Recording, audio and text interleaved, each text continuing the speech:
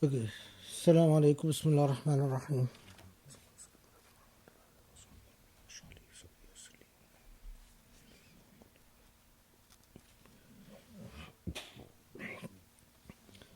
If I can take you back just for a second to verse number 5. ومن أضل ممن يدعو من دون الله من لا يستجيب له. Who can be more astray than those who call upon other than God who do not respond to them? I just want to note, because I forgot, that in many tafsir, like for instance the Tabari, or the Qurtubi as well, they note that those when Allah speaks about those who call upon other than Allah, it's interesting that they note كدعاء الملوك والأمراء, like for instance those who direct all their hopes at rulers, people in power, and that becomes their leadership, because that's interesting in light of the influence of the Madkhaliya and the Jamiyya, those people who say that the essence of Islam is to obey whoever is in power and not to ever oppose them. Also, Tabarsi, like other Mufassirun, quite a few of them, note about the same ayah, number 5, كَمَنْ يَدْعُو نَفْسَهُ وَهَوَاهُ, like those who appoint them their own hawa, their own whims, and their own desires as their effectively as their gods.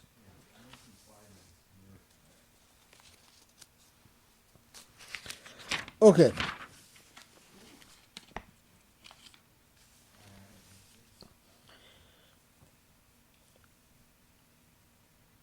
And then, right,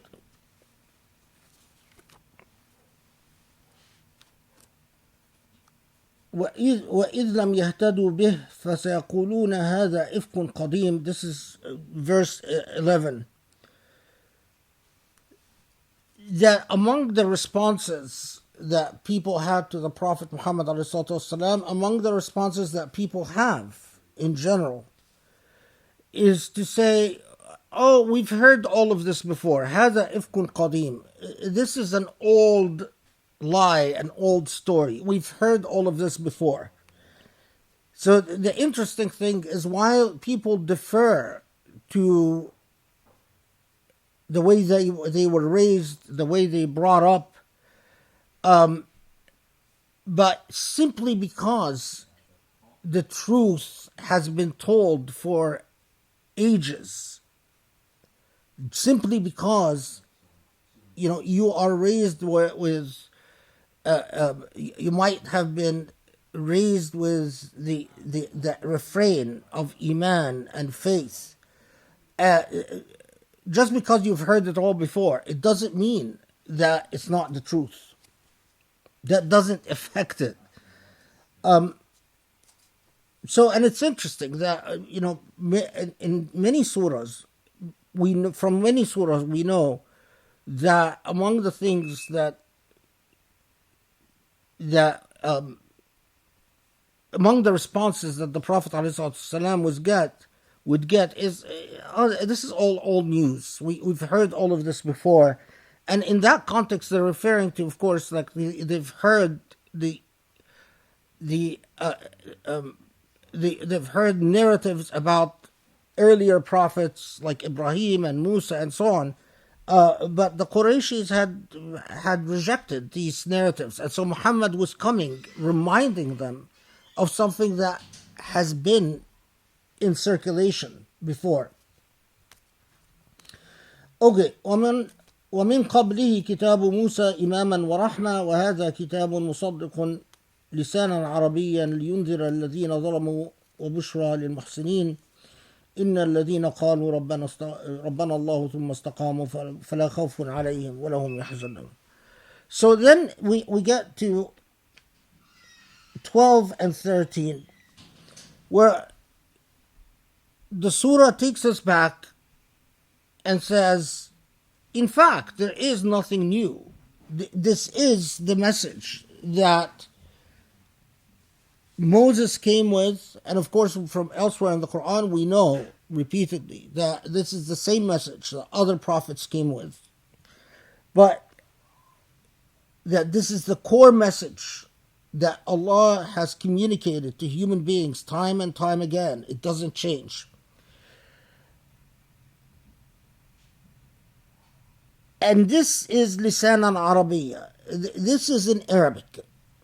Now, of course, we know from other surahs, inshallah, that we deal with, that Allah responds to these people and say, if Allah would have revealed the Quran in some other language other than Arabic, in Persian, for instance, or in Hebrew, or in Aramaic, you would have said, why that language? Whatever language Allah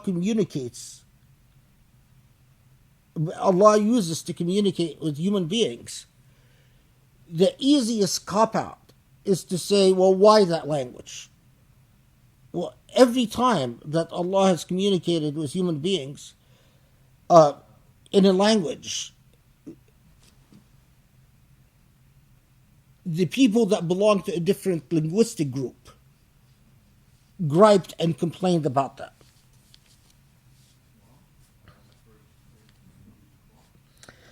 Then this remarkable verse 13, which as I told you is the dhikr, inna ladhina, those who in fact, now after laying the foundation, taking you to the essence of the message, that those who persevere on the path, the foundation of Iman, they have no reason to fear.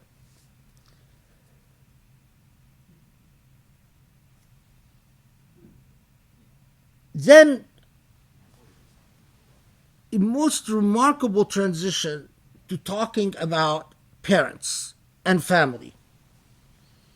ووصينا الإنسان بوالديه إحسانا حملته أمه كرها ووضعته كرها وحمله وفصاله 30 شهرا حتى إذا بلغ أشده وبلغ 40 سنة قال ربي أوزعني أن أشكر نعمتك التي أنعمت علي وعلى والدي وأن أعمل صالحا ترضاه واصلح لي في ذريتي إني تبت إليك وإني من المسلمين أولئك الذين نتقبل عنهم أحسن ما عملوا ونتجاوز عن سيئاتهم في أصحاب الجنة وعد الصدق الذي كانوا يوعدون. Translation, let me see how it's translated.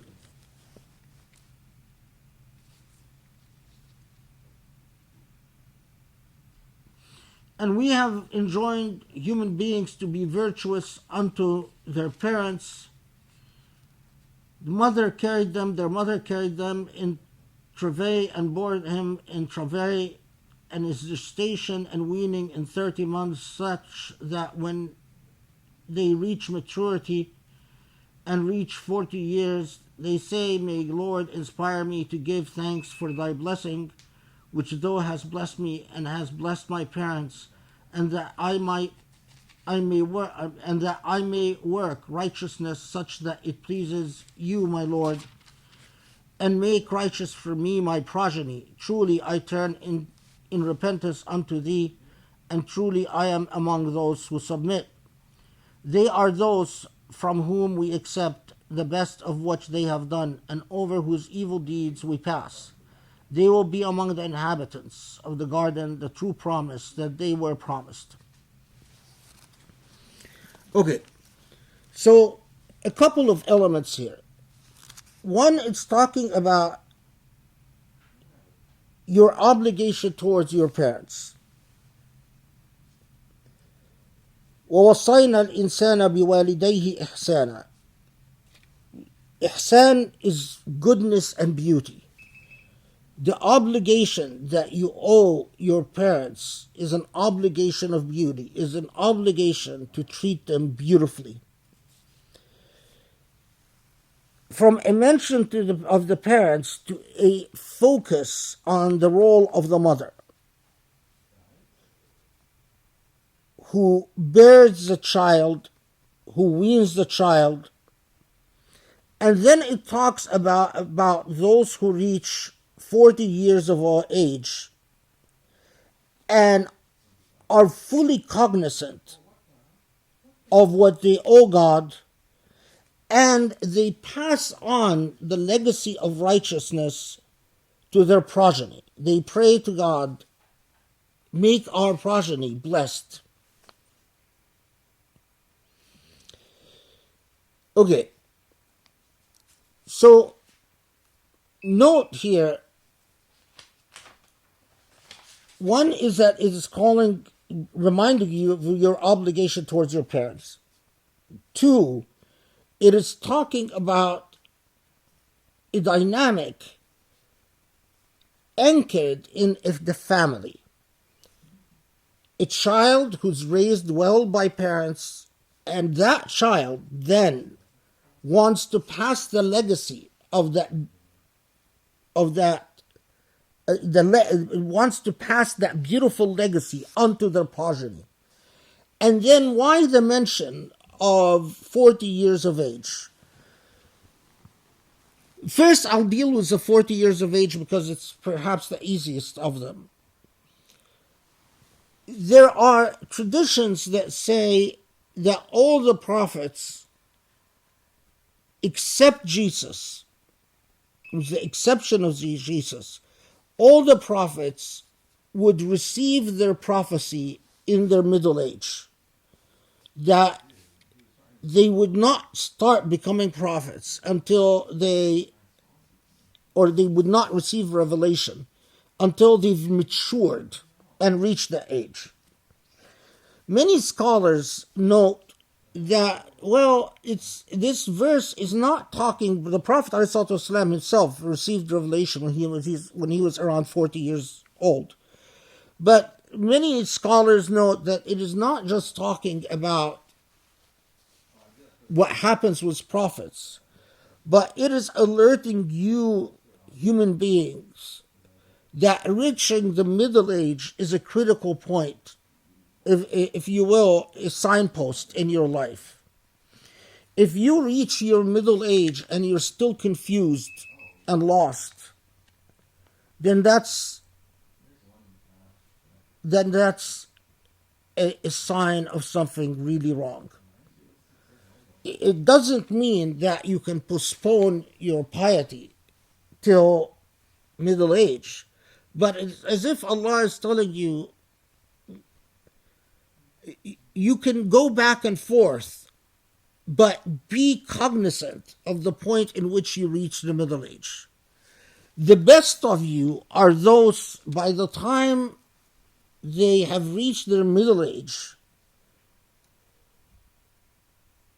they are anchored in this relationship with Allah. Okay, so what is the relationship that the Quran is inviting you to be anchored in? And why, right after it reminds us, after it talks about the role of the Prophet, and it talks about those who are anchored in the desire to be among those who ثُمَّ اسْتَقَامُوا, the desire to establish istiqamah. And why, after talking about, they have no reason to fear and so on, and why right after mentioning the narrative with Moses, that this is an affirmation, does it segue suddenly into talking about parenthood?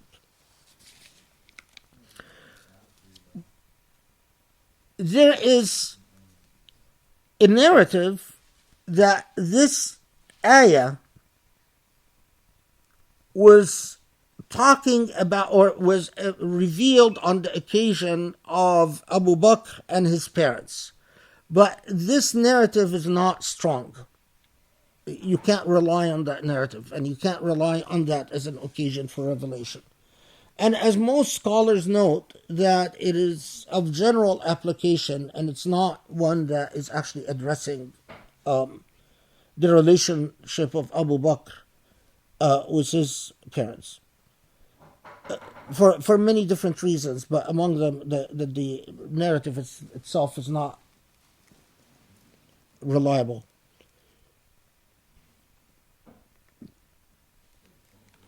But rather remember that this surah is leading you to talking about Al-Ahqaf, those who exist on unstable grounds, those who exist in instability, and who ultimately could sink in quicksand, as I put it.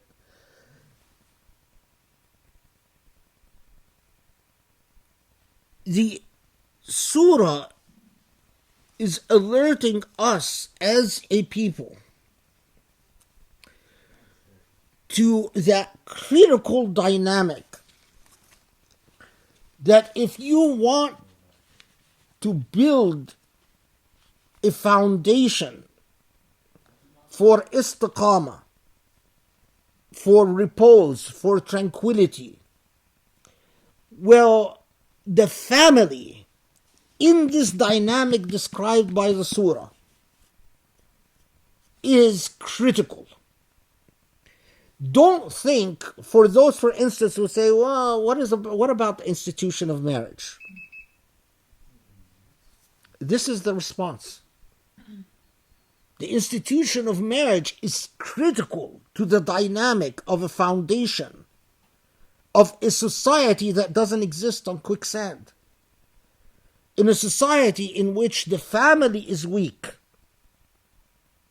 the morality of that society is weak. But not just any family. A family that mirrors the dynamic described here.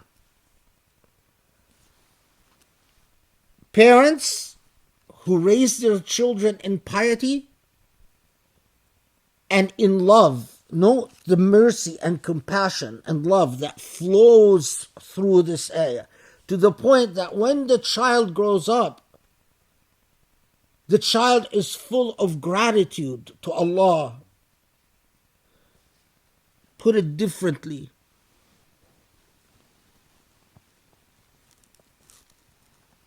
families that raise children in anxiety and fear, or families that raise children in a paradigm of selfishness and self-centeredness, or families that raise children that do not teach them the moral value of gratitude and sacrifice, live on quicksand. Teaching your children gratitude, it's a moral value. There is nothing such as give me and I owe you nothing. That is why when our parents get old, we shouldn't throw them in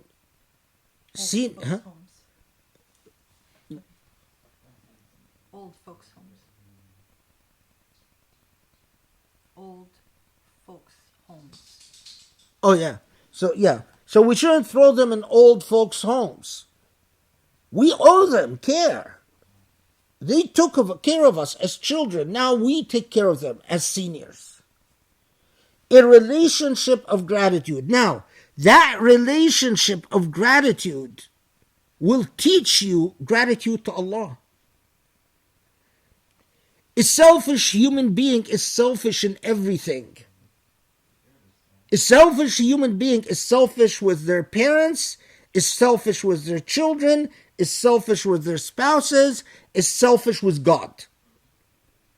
If you live looking out for number one, You can't have iman because you worship yourself.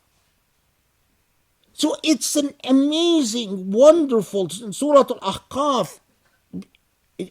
In the midst of all of this, these people are going to confront hijrah. They're going to have to break up families. They're going to have to go to jihad. They're going to have to fight the war of Badr, where sometimes blood will meet blood in battle. So what moral value does Allah anchor at this point? Allah anchors, don't forget that to build the society, you need to build the moral foundation for a family unit. And not just any family, but a family anchored, centered around Iman. So when people ask me, for instance, because I've been getting a lot of correspondence about this, why are you opposed to Muslim men marrying non-Muslim women and Muslim women marrying non-Muslim men? And I tell them precisely because of this. Ideally, you need the family, full cooperation of all members of the family to surround the child with Iman, Islam, with submission to Allah, and with the moral value of gratitude. It's not that I am grateful to Allah that Allah gave me you as a child, but you should be grateful to Allah that I am your parent and I'm taking care of you.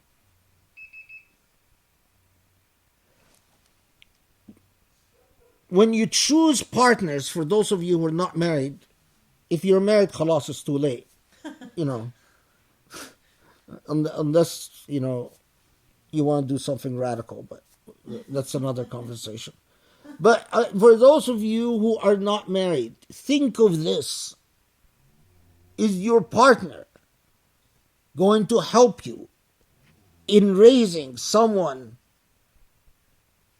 in istiqamah, in achieving as-sirat al-mustaqim for your children, so that you can have a dynamic within the family of no anxiety and no fear?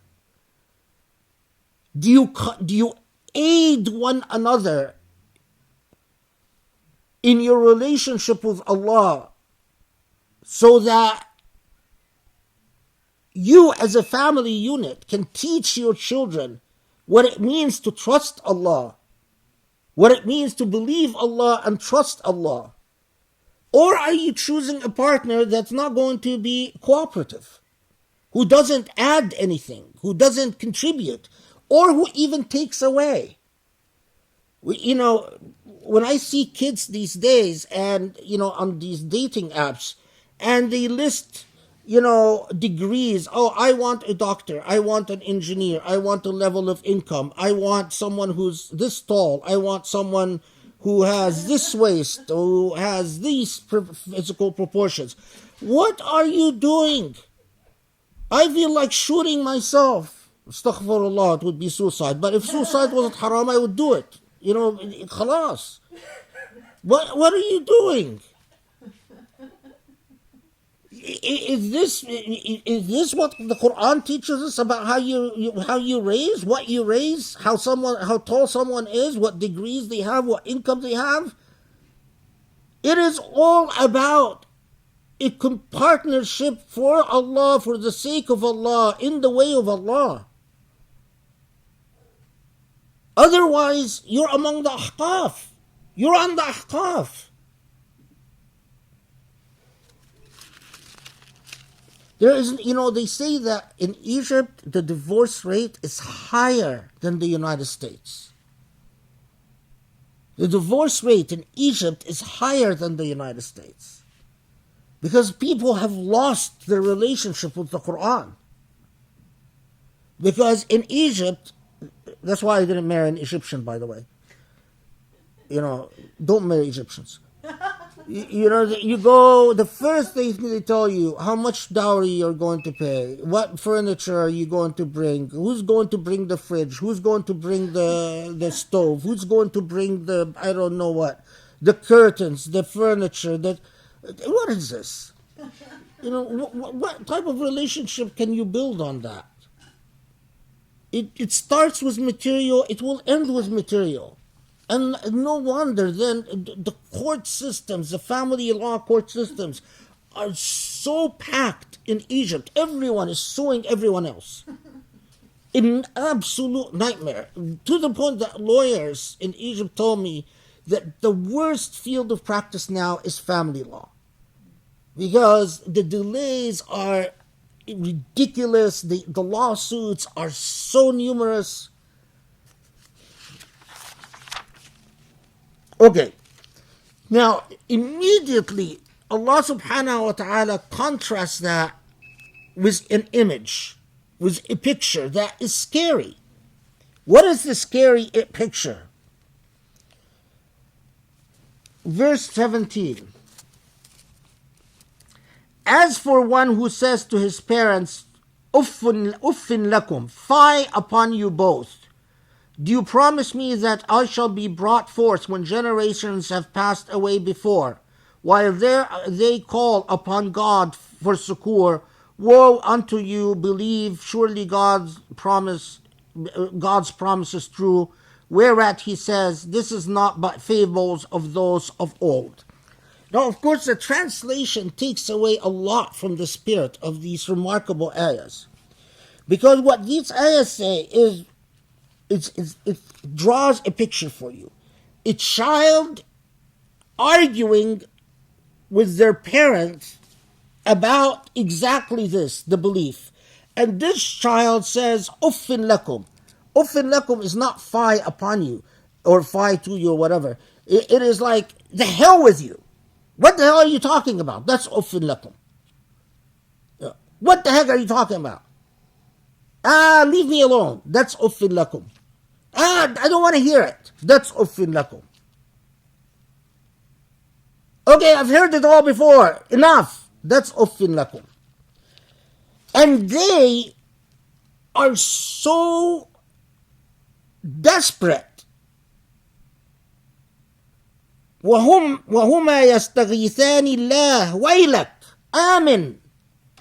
It is not the way that the translation sounds. They are so desperate. يستغيثان الله. They yell out to God in desperation. Listen, please believe. Because wa'adullah haq. Allah's promise is true. To this he responds. This is just the mythology of the past. I've heard it all before. Enough.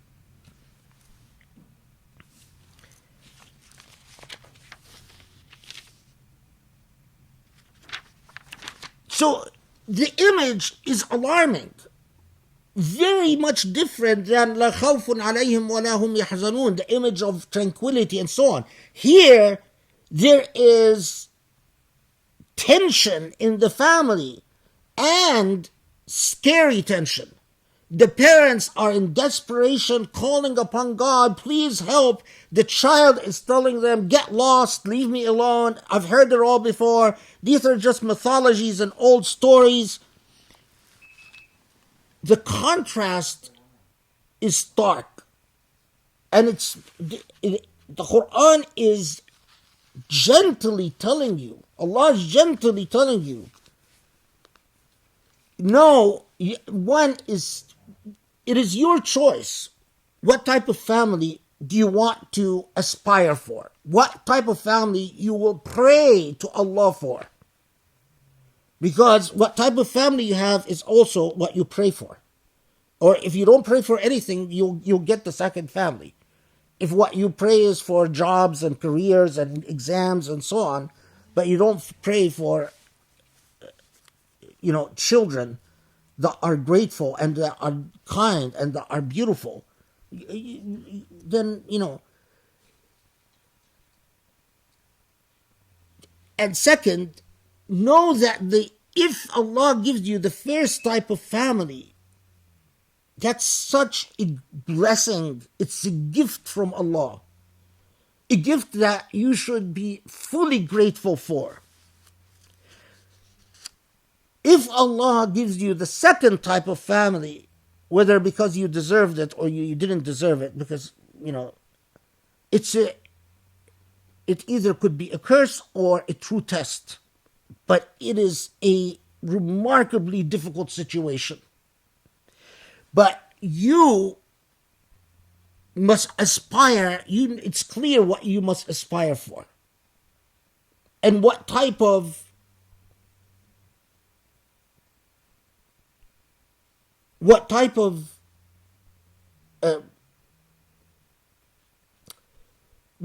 unit that you want to ultimately achieve. And this is a big portion of a social foundation in what type of care and what type of focus and what type of attention we give to the existence of family units that can teach children morality, faith, and gratitude.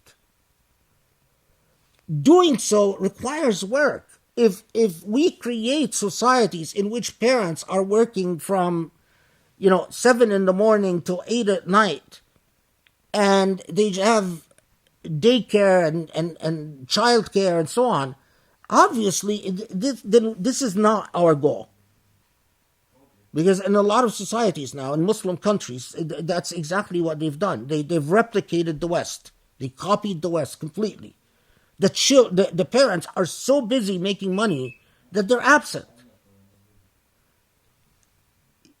But then don't be surprised if your societies are full of anxiety and fear and instability. It's what you invest in the family. Don't be surprised. The other thing I'll note here, there is a report, just for the sake of accuracy, that says that that verse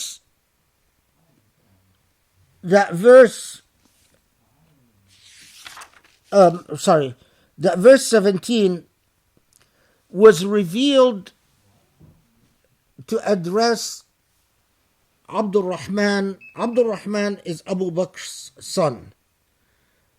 That reportedly that Abdulrahman, before he became a good Muslim, his parents, that he resisted being Muslim, and that he did what this surah, what this ayah is talking about, was his parents. But this report is extremely unreliable. So if you find someone in a mosque saying this narrative about Abdulrahman ibn Abu Bakr in the context of Surah Al-Ahqaf, tell them this is false. I've actually studied that and analyzed it, and it is just without foundation. And I was surprised that when I found some Muslims still teaching it as if it's something. This Surah number 17 was not revealed about Abdulrahman ibn Abu Bakr, and there is no evidence that it was revealed about any specific person, but rather, as I said, that it is contrasting two family images. Okay, in this context, by the way, a lot of the books of hadith, in the context of talking about ayah number 17, a lot of the books of hadith tell us some things that I thought would be edifying and useful to talk about. There is a narrative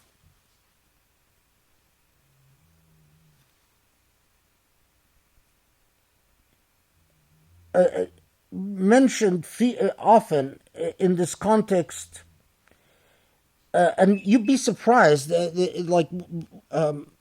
why the occasion of verse 17, but verse 17 occupied Muslim commentators and Muslim scholars, and there was a lot written in the context of verse 17, in the context of strife in the family unit. The part that fascinated me the most are these narratives that talk about, that describe the type of tranquility and the type of non-materialism that especially applied to rulers and leaders of the Muslim community.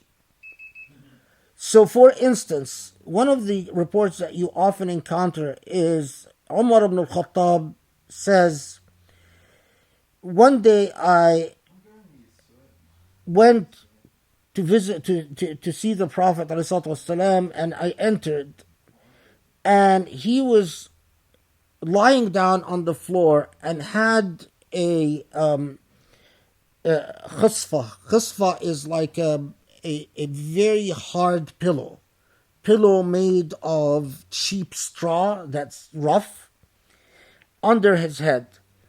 And that being on the floor, there was some dust covering him. So I greeted him and I sat, and I looked at him lying on the floor with the dust on top of him and this hard pillow under his head. And I said,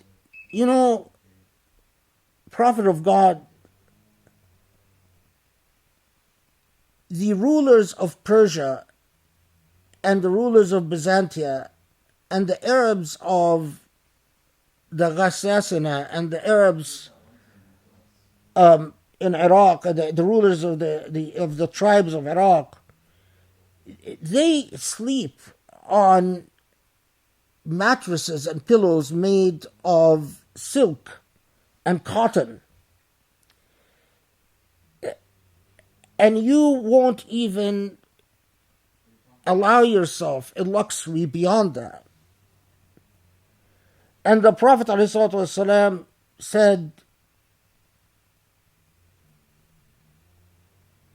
to paraphrase it, that those who have dunya in their heart chase away iman from their heart. It's interesting to reflect on. If the Prophet himself, the standard he applied to himself, of course, was very high. But even if we take something far less than that, even if we don't want to sleep on floors with dust covering us and a hard pillow under our head, it sort of shames a lot of the people that just spend on comfort, and their entire life is on the level of comfort that they want to lead. There's another very interesting report, this time from Ali radiallahu anhu. That Ali radiallahu anhu would eat what his servants and slaves would eat. He would never eat anything better than what they eat. And he would never buy a shirt without making sure he can afford to buy shirts for his servant at the same time. And that, in fact, people noticed that when he bought a shirt for himself and a shirt for his servant, he would give his servant his better shirt, the better shirt, and would take the shirt that was less expensive and not as well made.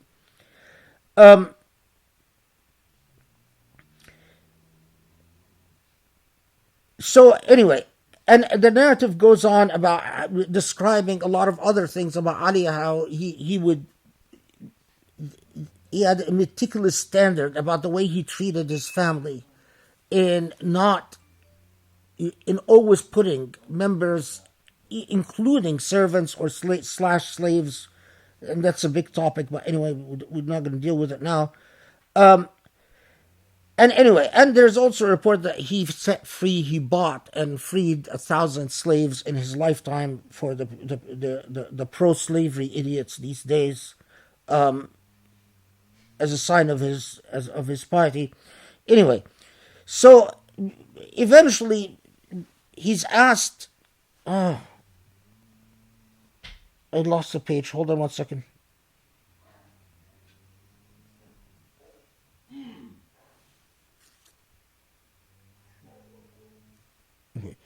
So eventually he is asked about it, about why does he apply such a stringent standard to himself, and his response is just beautifully, it's so beautiful that you can't pass over it. He said, إن الله فرض على أئمة الحق أن يقدروا أنفسهم بضعفة الناس كي لا يتبيغ بالفقير فقره. What this means is that Allah's standard when it comes to the rulers and the leaders of Muslims is that they only should limit themselves to enjoying what the poorest and the most powerless among the people enjoy. That you see what the most needy in society have, and that's what you should have. Why? So that the poor never feels inferior because of his poverty. Of course, it just blows your mind, because when you see the leaders of Muslim countries today, and I am sure, because I've 30 years in the United States and 30 years in Islamic circles, I've never saw this hadith or this narrative taught once. Look at the moral standard. We talk about power, and we talk about race and empowerment and privilege and so on. Look at what the Islamic narrative has to contribute. That in fact, if the leaders of society want to have a better standard of living, then they should raise the standard of living among the most poor. Because the standard of living that they should apply to themselves is the standard that the least privileged in society enjoy.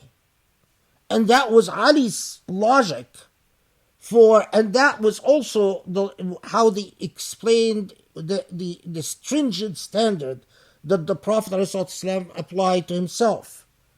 That as long as the most poor in society cannot have more, then I'm not going to have more.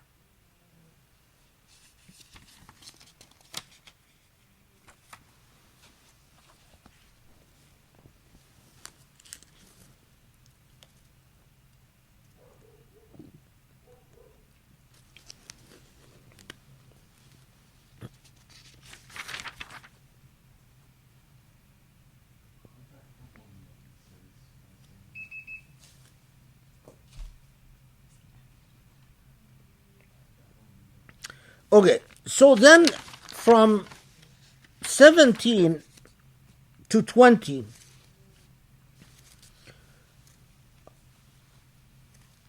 Allah reminds us of the inevitable fate, and that often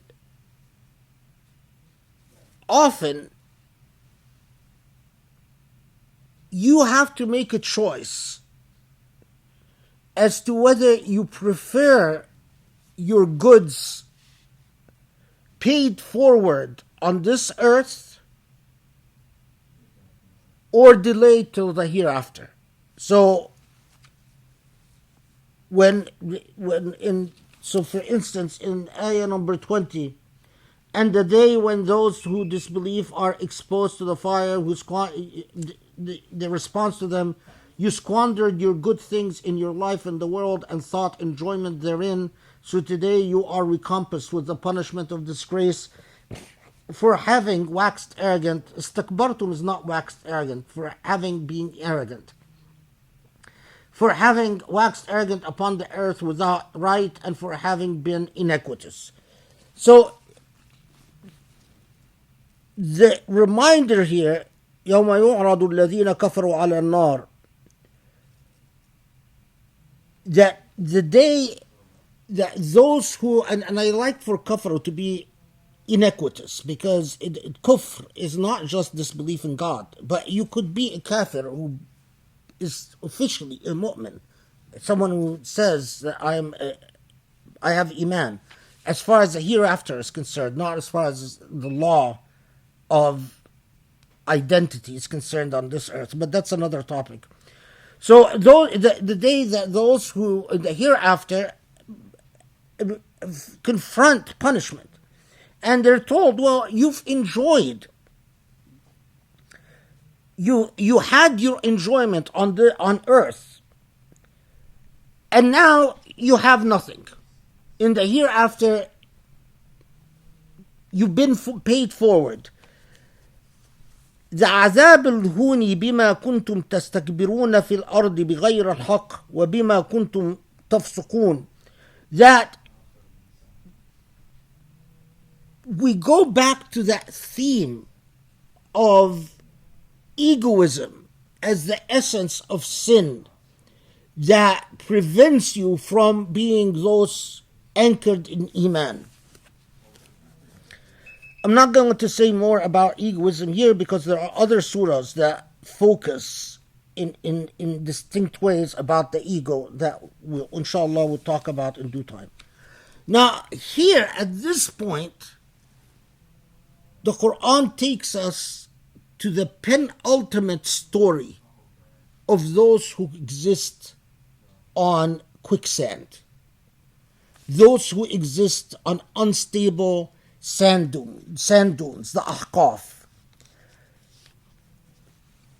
Those who wishfully see things and say, oh, that's good news, they're good for us, this is what we want. But in fact, in these things is precisely their doom.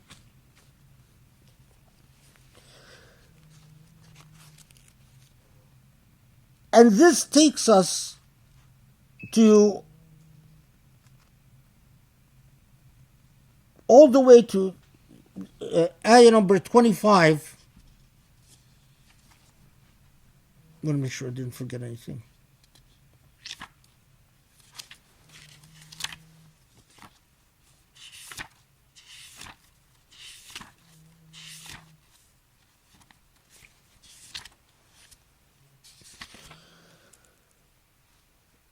Where, of course, the Quran puts us in the picture of the confrontation with Hud, where Hud قال إنما العلم عند الله وأبلغكم ما أرسلت به ولكني أراكم قوما تجهلون.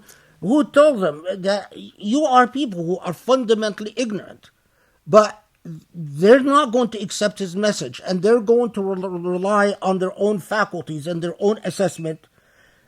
And that's when they see the emerging clouds, as we've talked about. And as we said, وَلَقَدْ مَكَّنَّاهُمْ فِيمَا إِن مَكَّنَّاكُمْ فِيهِ وَجَعَلْنَا لَهُمْ سَمْعًا وَأَبْصَارًا وَأَفْئِدَةً فَمَا أَغْنَى عَنْهُمْ سَمْعُهُمْ وَلَا أَبْصَارُهُمْ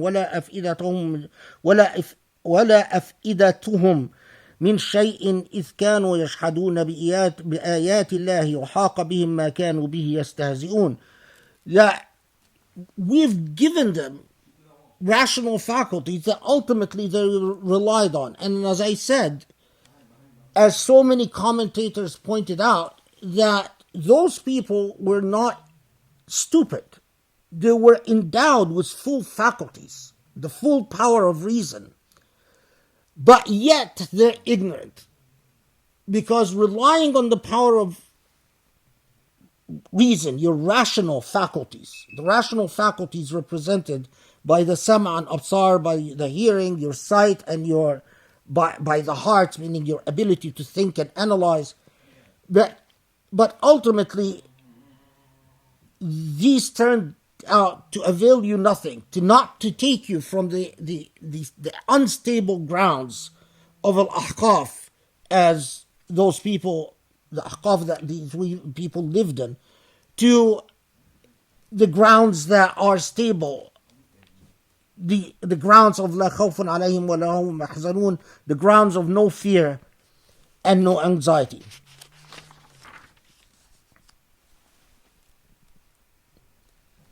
Okay, let's pause here to pray Maghrib before we get into the jinn segue.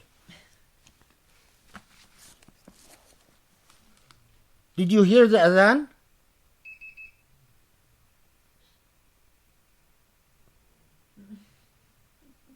It was beautiful. I actually put my ears on to hear it. It was really beautiful, wasn't it? You want to do that then again? Oh, it was, hold on. You want to do that then again? Okay. You want her to do that then again? Yay, okay. Thank you. Need a prayer, please. Should I put on my ears? Oh my god, you're putting a lot of pressure on me. Okay. I don't have to put on my ears if it's going to bother you. No, no, it's okay. It's practice. Allahu Akbar. Allahu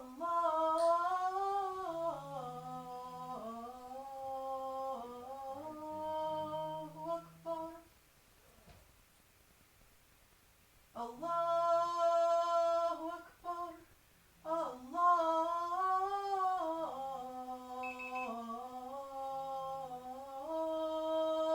Akbar. Ashhadu an la ilaha illallah.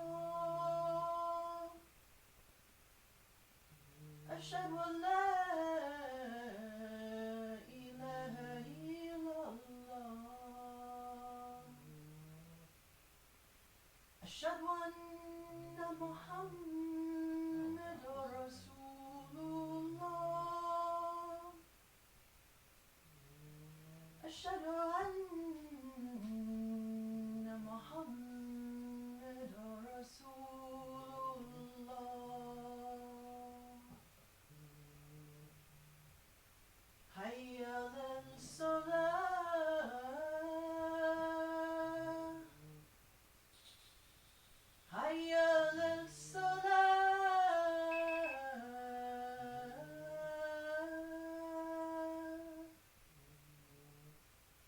حي على الفلاح.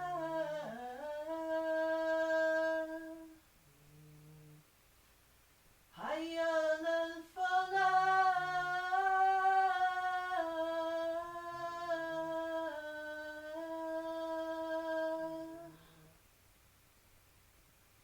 الله أكبر.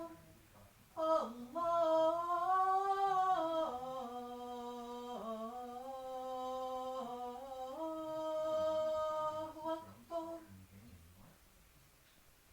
لا إله إلا الله.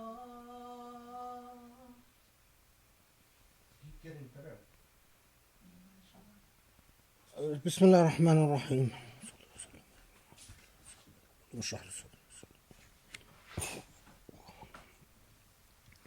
فلولا نصرهم الذين اتخذوا من دون الله قربانا آلهة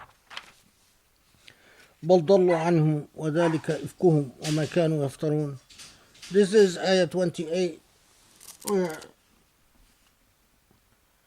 Why then did they, whom they had taken as gods apart from God and as a means of drawing nigh unto God, not help them, neither they forsook them? That was their perversion and that which they used to fabricate. I mean, the important thing to say about this is that it's stating for the obvious from the perspective of Iman that you, whatever you take as a partner to God, and again, I underscore that it does not just mean idols, and it doesn't just mean worshiping Mary or, seeking help from Mary, but anything that that ultimately becomes the source of submission in your life, including your own ego, it fails you, and it will ultimately fail you. And it's reorienting our outlook towards looking to God as our support and our mainstay. Okay, now, what is the main challenge for so many people that are a people with a mission, a people with a moral, ethical mission, or a people with a mission of Iman? So often, the challenge that they confront and the main source of doubt that overcomes them, or the main source that makes them fail in their mission, is to find that they are having no effect or having a limited effect, that they, in fact, no one is listening to them, no one is answering their call.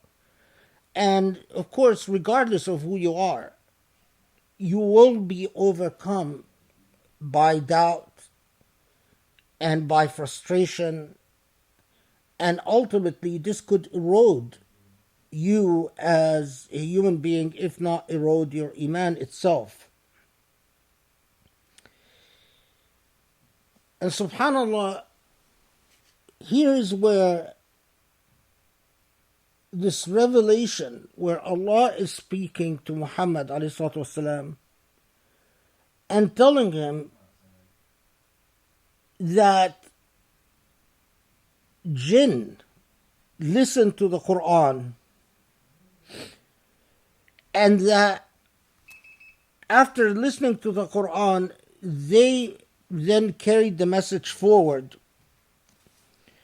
قالوا يا قومنا إنا سمعنا كتابا أنزل من بعد موسى مصدقا لما بين يديه يهدي إلى الحق وإلى طريق مستقيم. The jinn speaking to their own kind, saying, we've heard now a revelation coming after Moses that guides to the straight path, to طريق المستقيم, which, as we said, is a theme in this surah. يا قومنا أجيبوا داعي الله وآمنوا به يغفر لكم من ذنوبكم ويجركم من عذاب أليم ومن لا يجب داعي الله فليس بمعجز في الأرض وليس من دونه أولياء أولئك في ضلال مبين. So this takes us from ayah 29 to 32.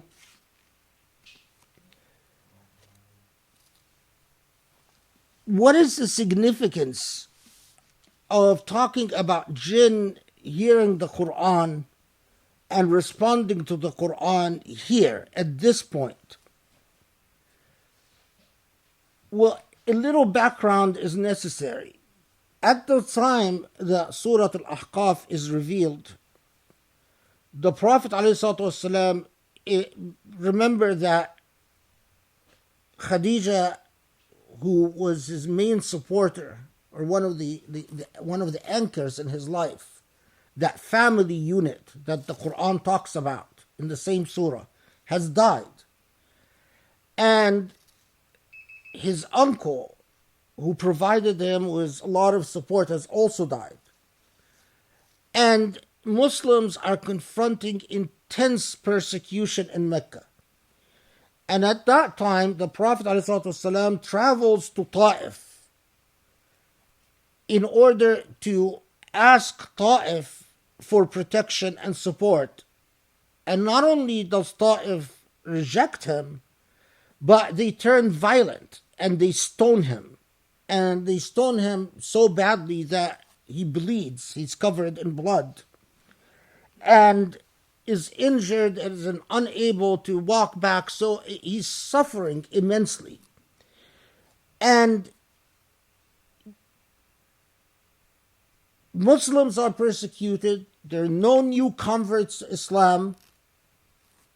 The number of converts to Islam has stabilized or has remained constant. He's lost his support, and he went to Ta'if with horrible consequences. This is now before things will unfold with Medina, and Medina will support him. What is significant is that Allah subhanahu wa ta'ala is as if telling the Prophet ﷺ, even when you don't see and hear the consequences, you don't know what the consequences are. In other words, he is not aware that the consequences can even be in the realm of jinn. It is the jinn who are answering the call, although he is being rejected by human beings. The lesson from this is a lesson of not despairing because the consequences are not up to you. The results are not within your control. You have a mission, and you have the truth on your side, and you anchor in yourself in these certitudes and in these principles, and you do what you have to do, but the realm of consequences, and even if they're in an unseen dimension.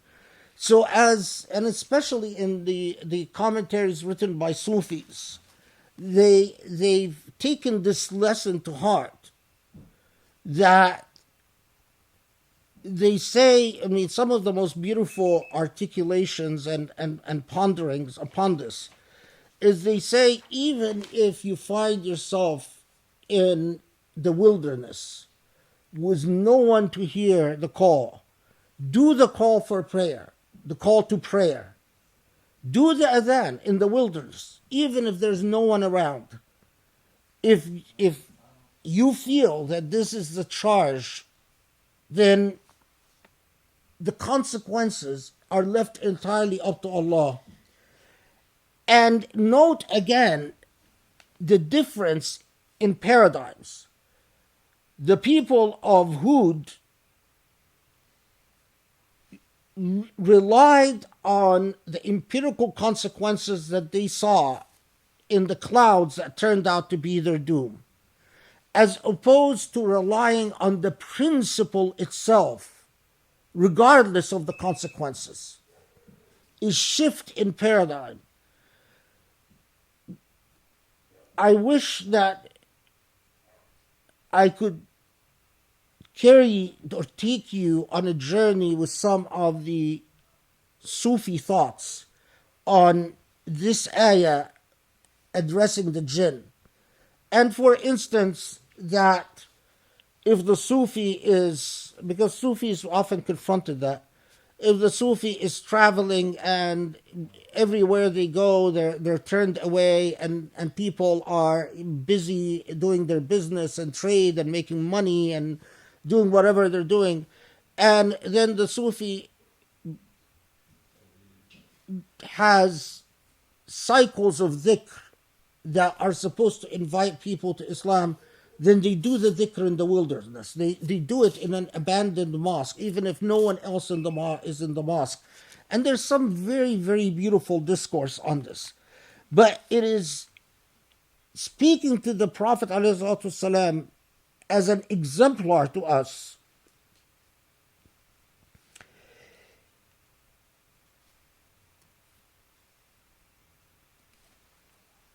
Then Surah Al-Ahqaf is leading to the close, or is revving up to the end of the surah,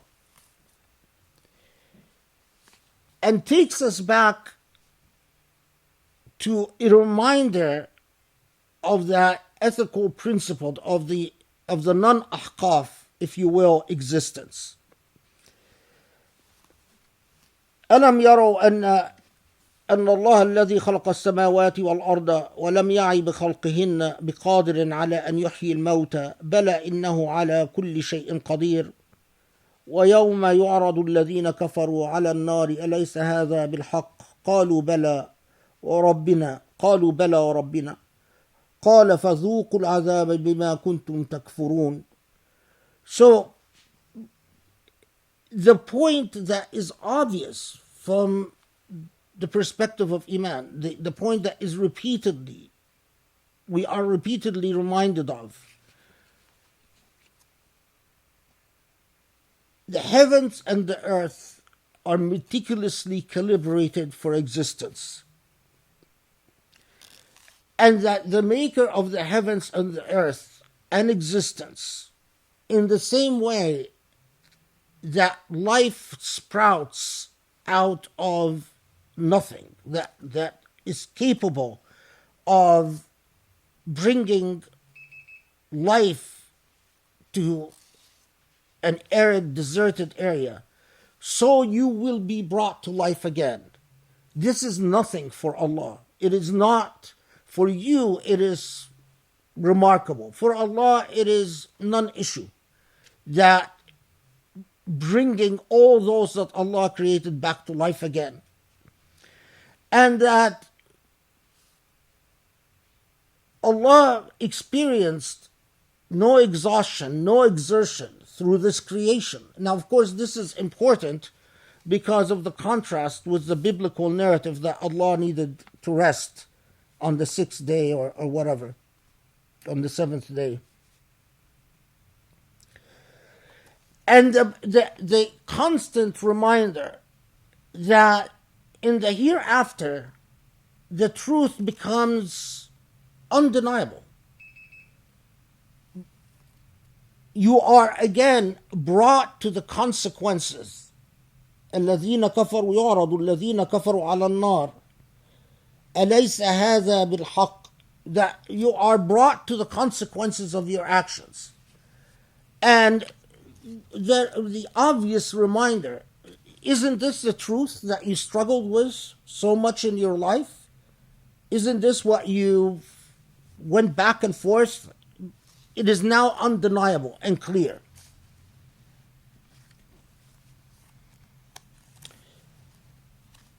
And then the final refrain to the Prophet ﷺ, after taking you on this journey, teaching, reminding the Prophet, and through the Prophet ﷺ, the followers of the Prophet, the difference between an unstable life and a stable life, a life anchored on Iman and istiqamah, and a life that is anchored on wishful thinking and empirical thinking, and a life without trust in the divine, even a social life that is based on principles of gratitude and principles of morality versus a social life that is egotistical and self-focused. After teaching you that it is not the consequences that matter, but the principle of your mission that matters, comes the final refrain to the Prophet ﷺ. فاصبر كما صبر أولي العزم من الرسل ولا تستعجل لهم كأنهم يوم يرون ما يوعدون لم يلبثوا إلا ساعة من نهار بلاغ فهل يهلك إلا القوم الفاسقون. Now, I don't even need to look at the translation because however it's translated, it's not going to be adequate. So I'm going to just paraphrase it. So persevere, because the messengers like the messengers of the past, persevered. Ulil azmi min ar-rusul, those messengers who went, Ulil azmi min ar-rusul are the messengers who went through great tribulations and great suffering.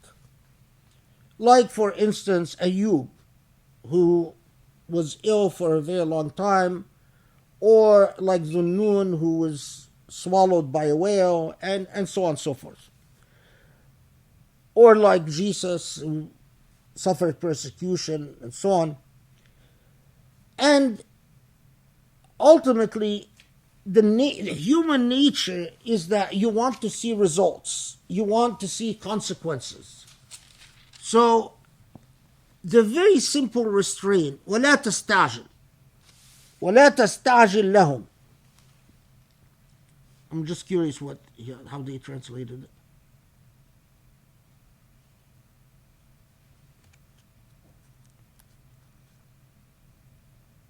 Yeah, and seek not to hasten for them. Yeah. It's not really, well, seek not to hasten for them. وَلَا تَسْتَعْجِلْ لَهُمْ.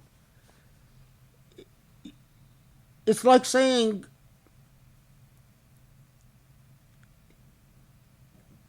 don't, in your own mind and don't think of how fast things are going.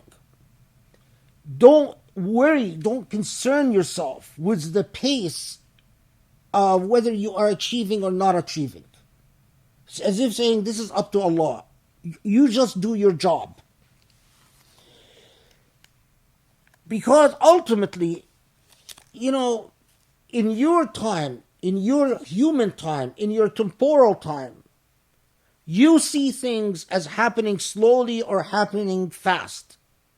But that's your perception. And as proof of that is that when people are resurrected, life to them on earth with all its ups and downs will seem like they've lived but an hour. That all this existence, all this story of life that they went through, as they stand resurrected, they will think back and say, did we actually was that even a reality? It's like when you go through something and you say that it wasn't a dream. At that point, this entire life on earth will appear as if it was a dream. It went so fast, and looking back at it, what was that? Balaghun. Balaghun is like saying, this is a proclamation. Balaghun, it's like telling you, it's not just a proclamation, but a promise. It's like, I am telling you, I'm giving you the ultimate it, the kernel of everything, a proclamation, a promise. What is the promise? It is the entire surah that is the balagh.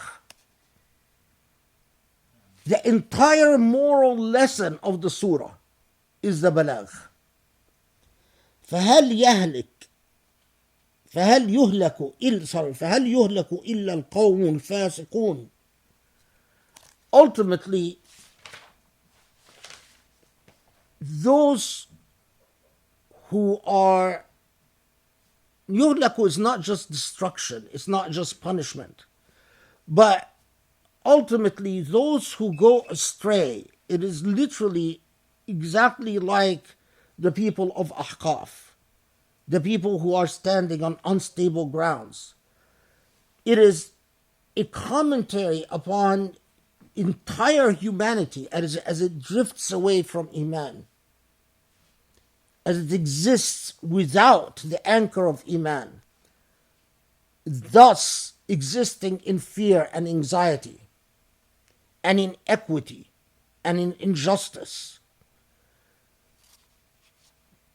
the iniquitous, the fasiqun, the iniquitous to others, the iniquitous to themselves, are lost on this earth and in the hereafter.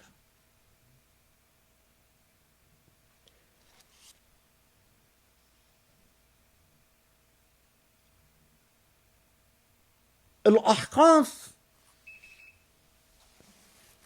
was among the surahs that, as I said, comes right in that critical moment between intense persecution and the decision or the order to migrate to Medina.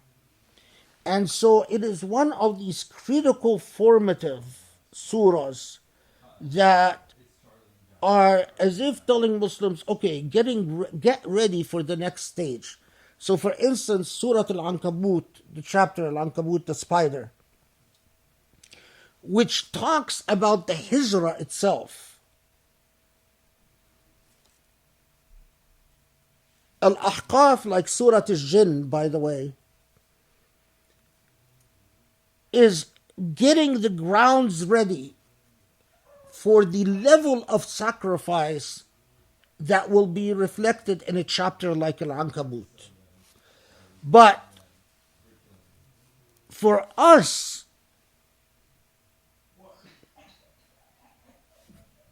it is,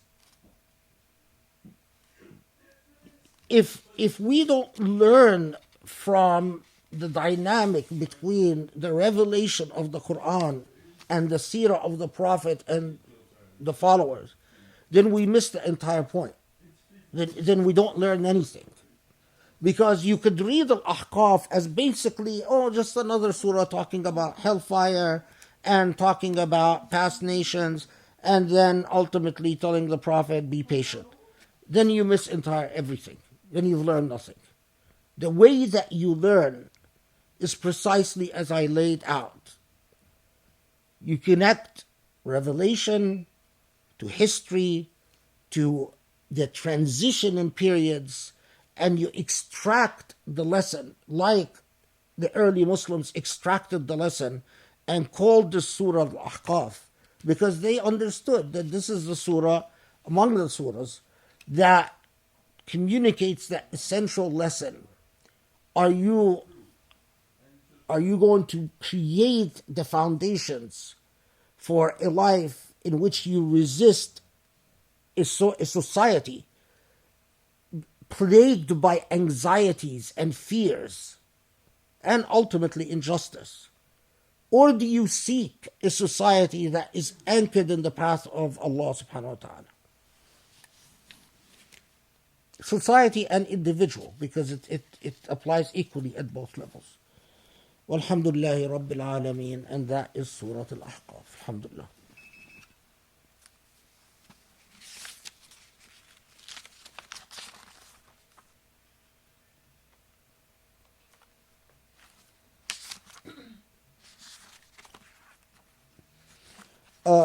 Okay, one note I made about something I read that I liked.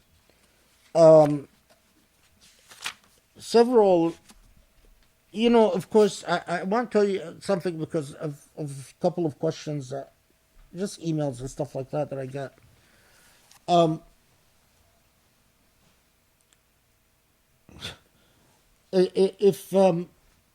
If you read one tafsir, two tafsirs, 3, 5, will you get everything that I'm telling you? And the answer is no. What I present is the result of an obsessive reading of tafsir, every tafsir that I could put my hands on, whether published or not published. This is the level of seriousness that a scholar of Quran is required of a scholar of Quran. People who read the Quran is one thing, but if you position yourself, if you dare position yourself as a scholar of the Quran, then you have to be terrified of the responsibility and liability before Allah and the accountability. And therefore, because of that terror, because of the fear that Allah would tell me, ultimately, you could have been more diligent in studying my book. There is no tafsir, no school of thought, Shi'i, Sunni, or otherwise, that I have not read and read with great relish. And as I said, published or unpublished. But that it is not enough, because I am convinced that in addition, after you read all the tafsir, you must do dhikr.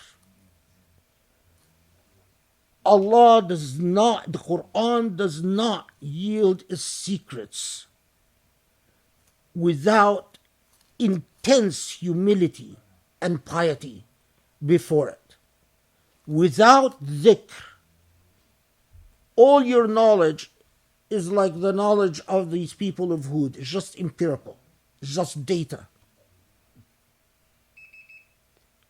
It is full humility before Allah and before the Quran that allows you then to start seeing the picture come together.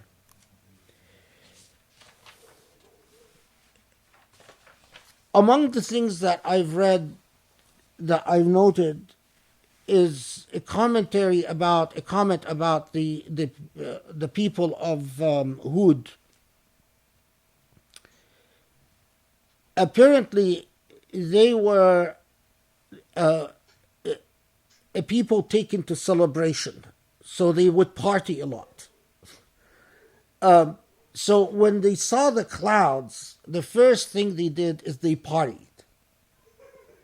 And it just stayed with me that among the characteristics of these people is that they partied. Every time they thought something good was coming their way, they would party.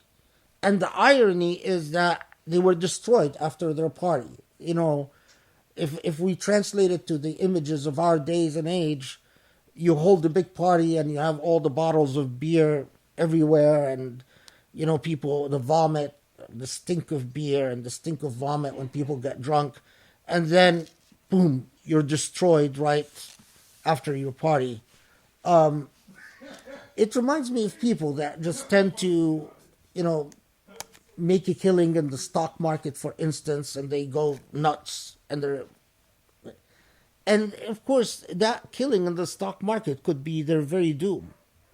You know, or they play the lottery and they win the lottery and they're celebratory and ecstatic, but it could be their very doom. That's the type of, when we say that someone anchored in Iman, they're never ecstatically happy. And they're never thoroughly depressed. They're always on an even keel. Because they understand that it is only Allah that knows what is best.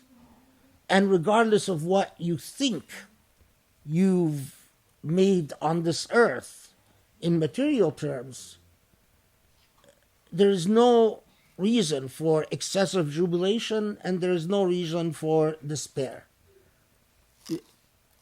You accept yourself as in Allah's hands, and what you have is tranquility and peace. Okay, I think I've covered all my notes.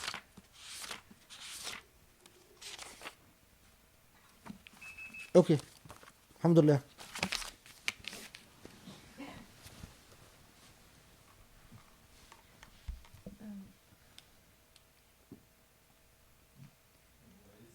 Do you want to take a break while people send in questions? Okay, let's so I can use the restroom. Okay.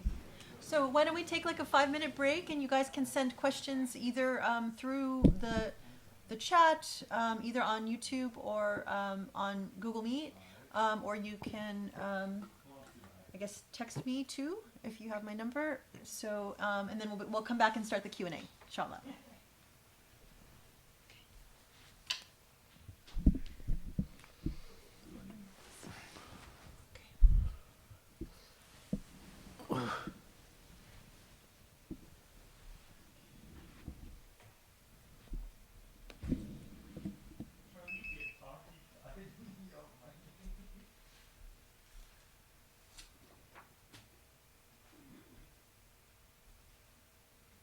How was it?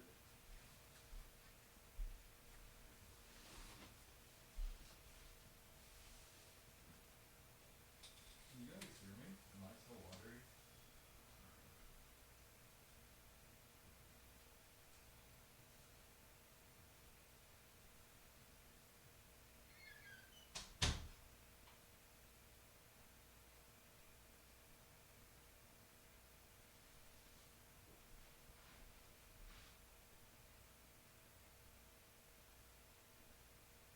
Yeah, it was so satisfying filming Charlie.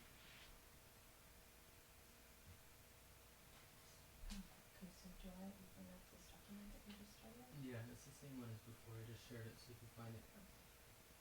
Yeah, we already have one question. Where do you start? Miscellaneous? Look at the top. Okay. And then the bolds were answered before. So if we run out of questions, you can go into the unbolded from Okay. before. So we have another one that's not here.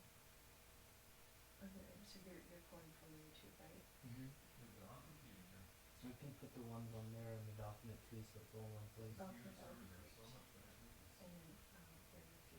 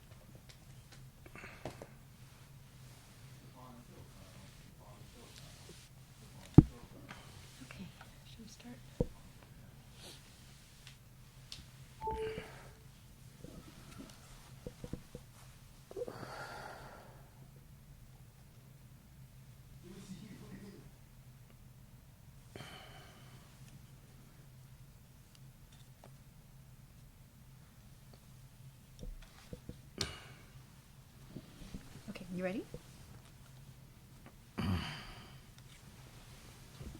Okay, Assalamu alaikum. Bismillah ar-Rahman ar-Rahim. So the first question, you can hear me, right? Yeah. Okay. Jazakallah khair for another great session. I was intrigued by the fact that verse 5 states that the call of those who worship anything other than God is not answered.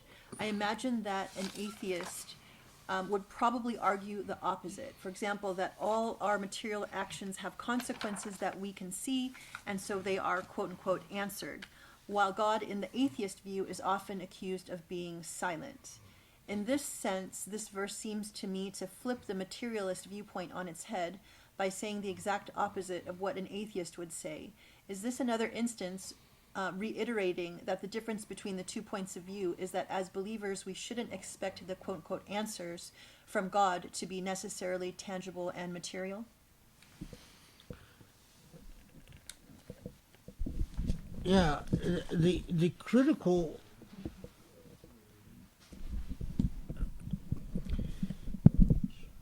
note that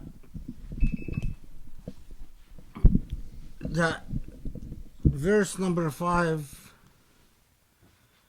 brings in the factor that is always absent in the material outlook, and that's يوم القيامة.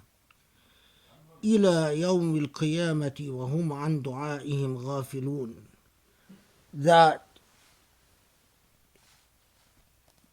the issue is not consequences.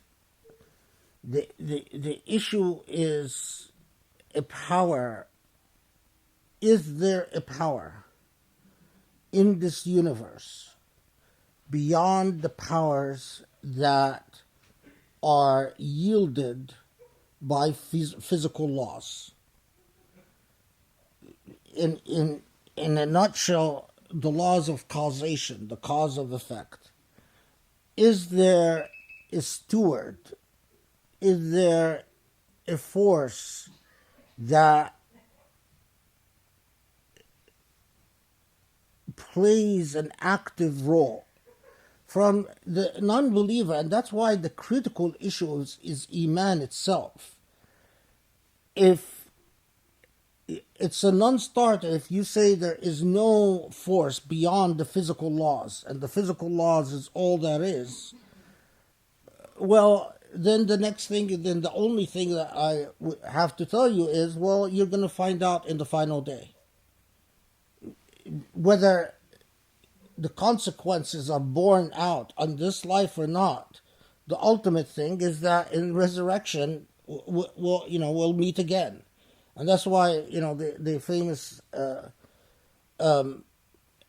وعند الله تجتمع الخصوم, that, all disputants, all conflict will ultimately be put before God in the hereafter.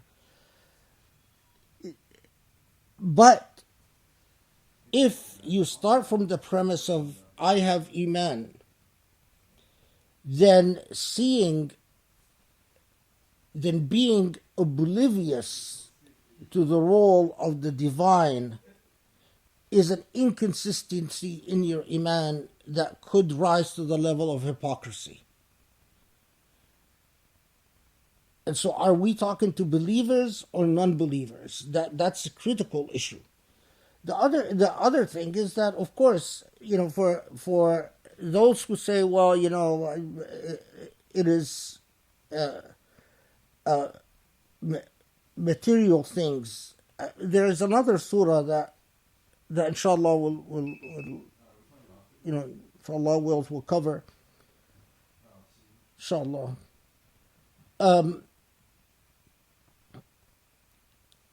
That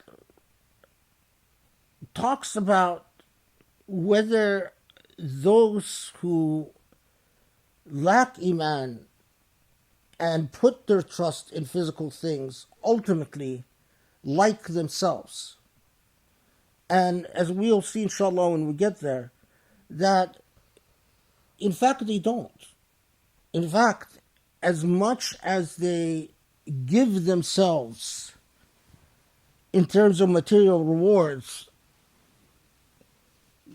they attempt to, it's a dynamic with the self that is based fundamentally on lack of the love of the self. They're incapable of loving themselves, regardless of how much they, and that's because life in its different phases will hand them versions of themselves from the time they're children to the time they're, young people, and to the time they're middle aged, to the time that they're old.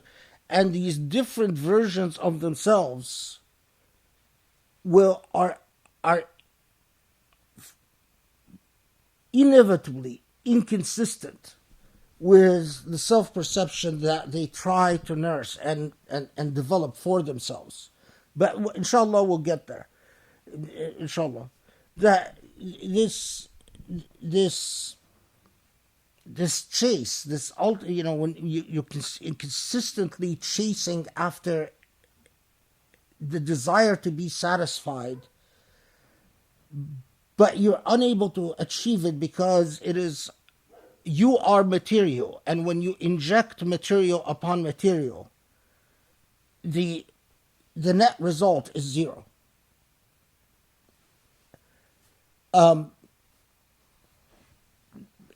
That is why, when I try to think of someone that doesn't go beyond the bounds, I've never met a human being that is limited to the physical world that you can describe as having a peaceful or tranquil aura.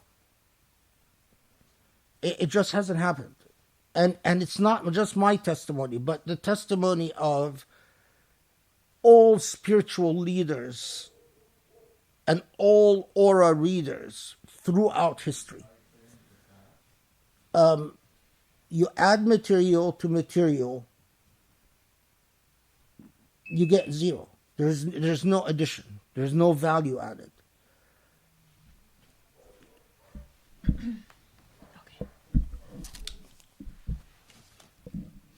Thank you, alhamdulillah.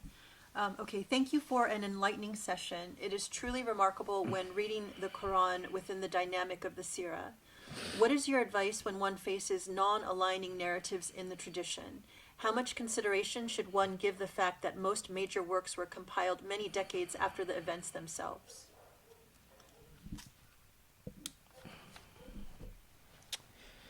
That's of course a very deep question.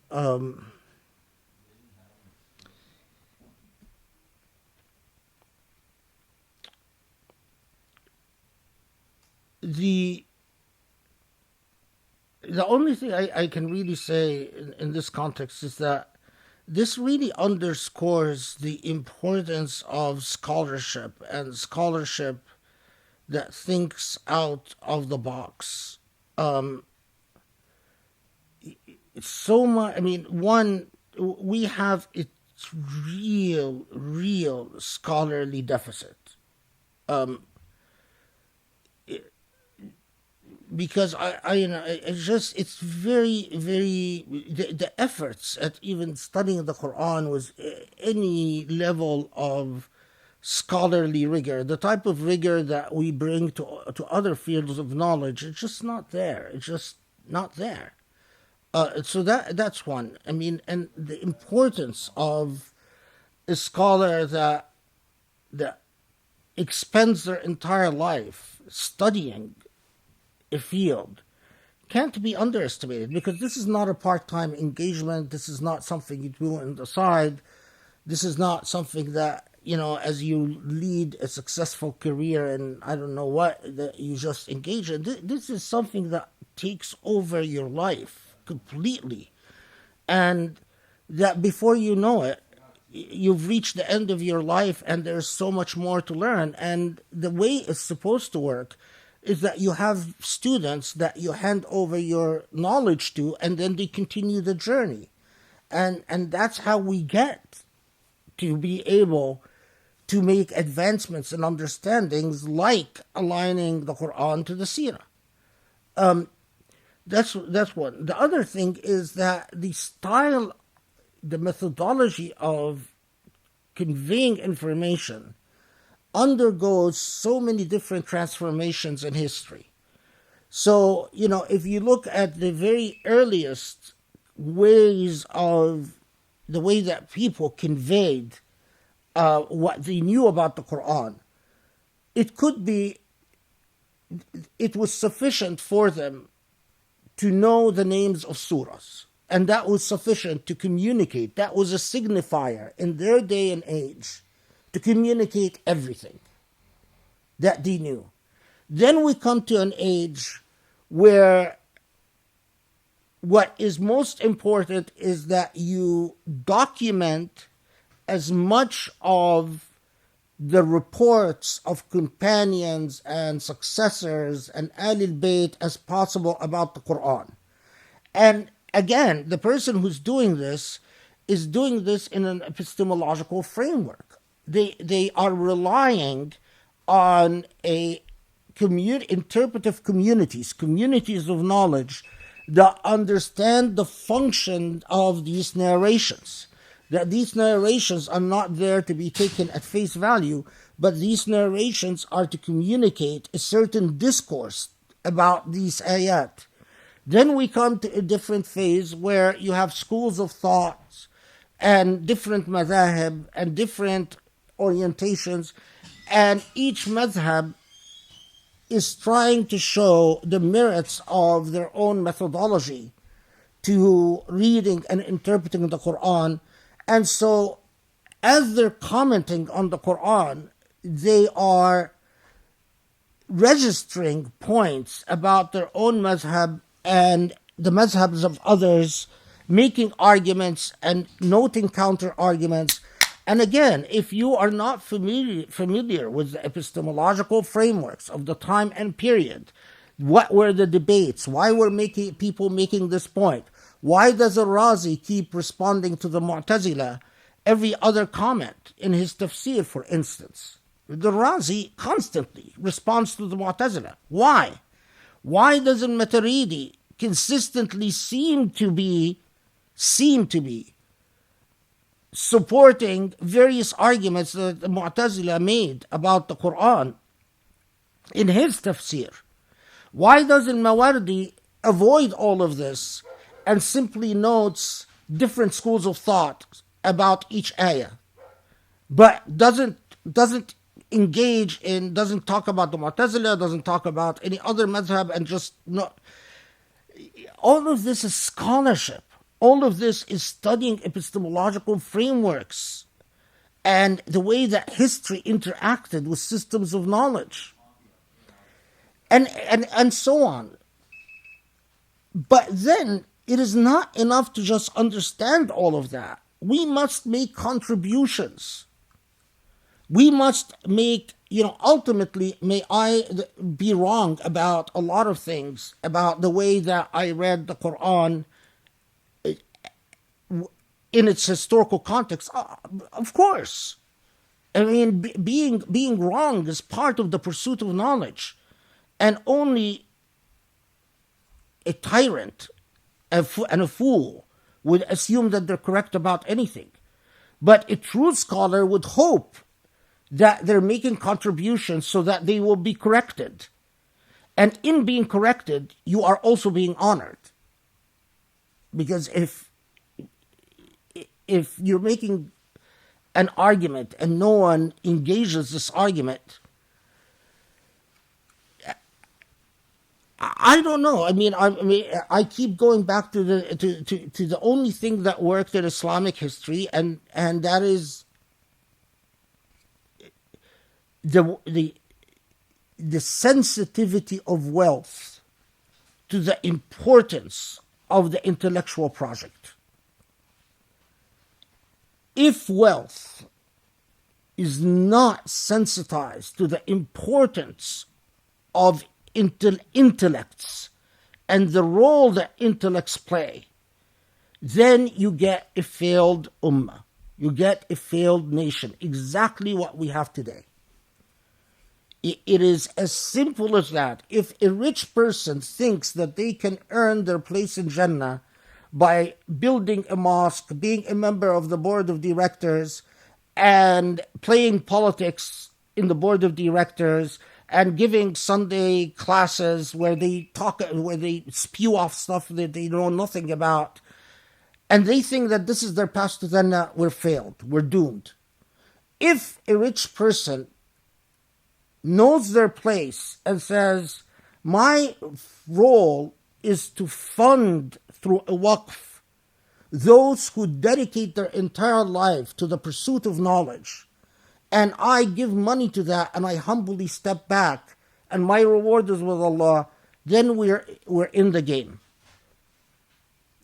And honestly, we had it, we've lost it as a nation in history, and I don't know how to get it back. I don't know how to get it back because I'm not happy with the way wealth. When I see rich people support intellectual projects that have no intellectual content or power within them whatsoever, what do you say about that?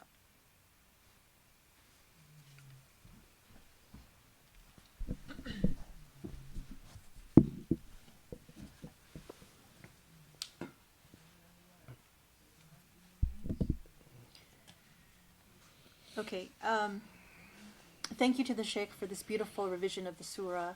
I wanted to ask, given that we live in the West, it usually needs a two-income household. Our generation is heavily threatened by financial difficulties and we don't want to live in poverty. Also, admittedly, we don't want to leave our kids with our parents because we usually have a different vision for childbearing.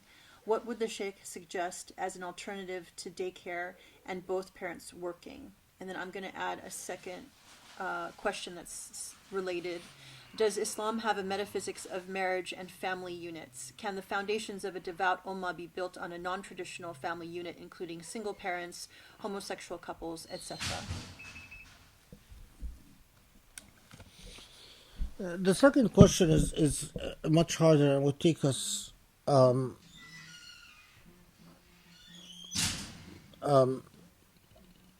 because keep in mind, when you say does Islam have, you're really saying, you're talking about the Islamic tradition and the interpretive traditions of Islam. And if we get into the interpretive traditions of Islam, then we have to engage in a scholarly discourse about what the various interpretive traditions say. So, for instance, it's rather noteworthy that Grace gave me a list of books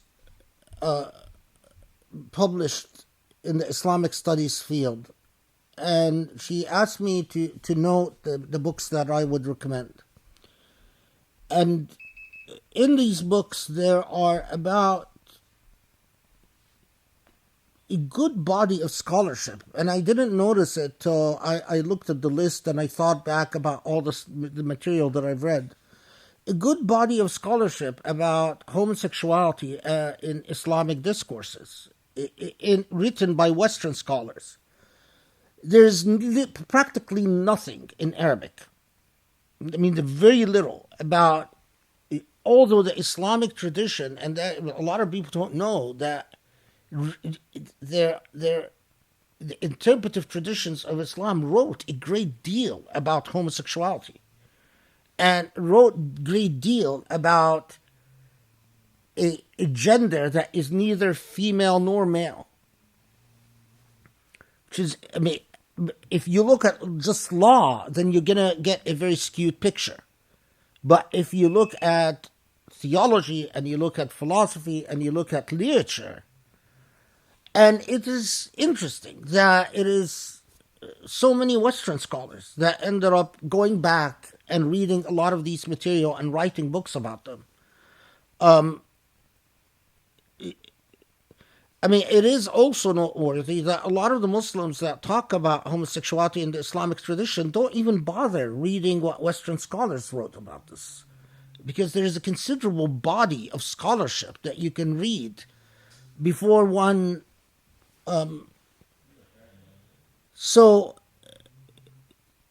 If and that's a very big topic.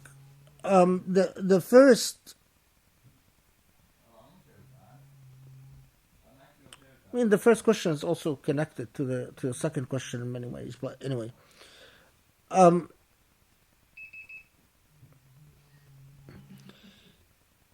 first, I want to problematize, if you will. I mean, that's an interesting word, but problematize the assumption of um, of a double income family and all of that. I mean, it's not that I'm saying it's not true, but what I'm saying is that we must revisit what we consider to be important demands upon our lives. Um, I mean, I don't want to embarrass people by naming them or identifying them, but I know people where very close people where the main income, for instance, became the source of income became what a wife earned, and the husband would bring additional income here and there from various jobs here and there, but the way that this family confronted, because the wife had the higher earning potential, that became the financial backbone of the family. And the husband stepped in the role of the caretaker and became, and the husband was also more spiritually advanced than the wife, and raised beautiful children, Islamically beautiful children. But it took a lot of financial sacrifices, a lot of financial humility, to be able to do that. It it took also raising the children with its level of self-contentment, that they don't care what others have and they don't look at what others enjoy. Um, I mean, for a lot of people, unfortunately, I've noticed that what they perceive as necessary financial demands um, is really their expectations and the type of rug they want in the house and the type of location that they want their house in, and the type of car and the type of couch and the type of dinner table and the type of everything. So I think a lot of people would be surprised what happens when you live in a different paradigm, where it's basically the reason we have a couch is that it's something to sit on, and we don't care whether it impresses guests or it doesn't impress guests, and we don't care if it's the same couch that we've had for 30 years or it's not the same couch that we've had for 30 years. Um, it, it- and so on and so forth. So that's one, because it is a critical part of and a critical part of thinking about how to organize a family, how much time the children would get. If it's seen as a priority, I've seen families mold themselves very differently. Then now, if you're talking about a truly dire situation where ultimately you live in a place like LA, and the combined income of the family is going to be, I don't know, combined income of the family is going to be 50,000 or 60,000, and they don't want to live in uh, what's that part of it, East LA or something like that, and a bit really dangerous. Um, You know, we really should have picked the host. you know, because I've seen that as well. especially with families that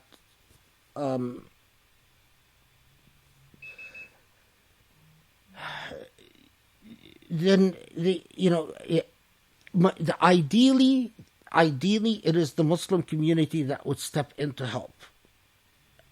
Ideally, that there would be a Muslim infrastructure that focuses on the needs in the same way that we read these reports about Ali and so on, where the heads, the rulers of a community or the leaders of community should not think of themselves as entitled to enjoy more than what the poorest member of the community has. Ideally, you would have a community that thinks of taking care of the members of the community as a charge laid upon them as a single ummah by Allah. Now, of course, I know that this is completely absent from, you don't go to mosques and hear lectures about how the medical doctors of the community have to take care of the agricultural workers of the Muslim community, and that they must create, for instance, cheap daycare so that those who can't afford, so you can safely put your children in a place where they're taken care of, and that the community thinks of that as an obligation. But that's, again, a part of the way that we've diluted into Islam into nothing. When I step into communities and see the way that they spend money, and they do not at all worry about the disadvantaged, it offends me to the core. And I know that this is not a blessed community. This is a community that doesn't have Allah's grace with it. We are on this earth to do good, and to do good a priori towards other Muslims. We owe them an obligation. But in the absence of ideal, the only thing left to you, and if there's true need, is prayer. Is to pray a lot. I don't know what else to say. I mean, you just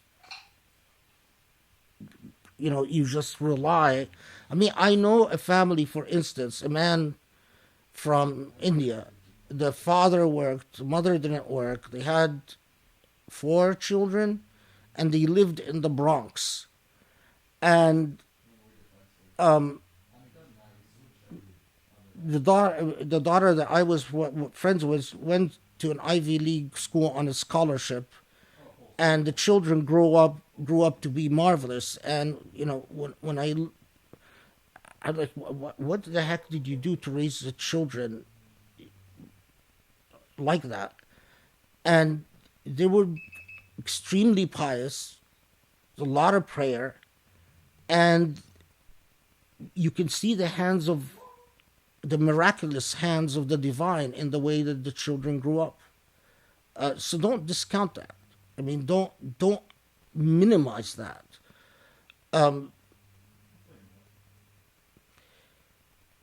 Yeah, have we said enough about that, or should we say more? No, I think it's enough. Grace says that that's enough. No, I can't say more about this. You can. No. Do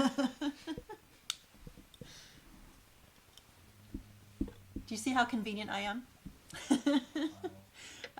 Okay. Well, so I think we got a similar question, but I think you already addressed it. To what extent have modern Muslims adopted what I consider the myopic white Christian understanding of family and gender roles? I think Yeah, that really precisely. addresses that issue. Yeah. Okay. Next question. Reliance or... And by the way, because I'm sensitized to this from the Islamic Center of Southern California, in the Islamic Center of Southern California, the way these people were taught is, in Islam, a woman's money is her money, and it is the man. So you have gender equality, but it's the man that must provide, and the woman can buy jewelry with her money. I mean, this is the result of dogma and demagoguery and apologetics.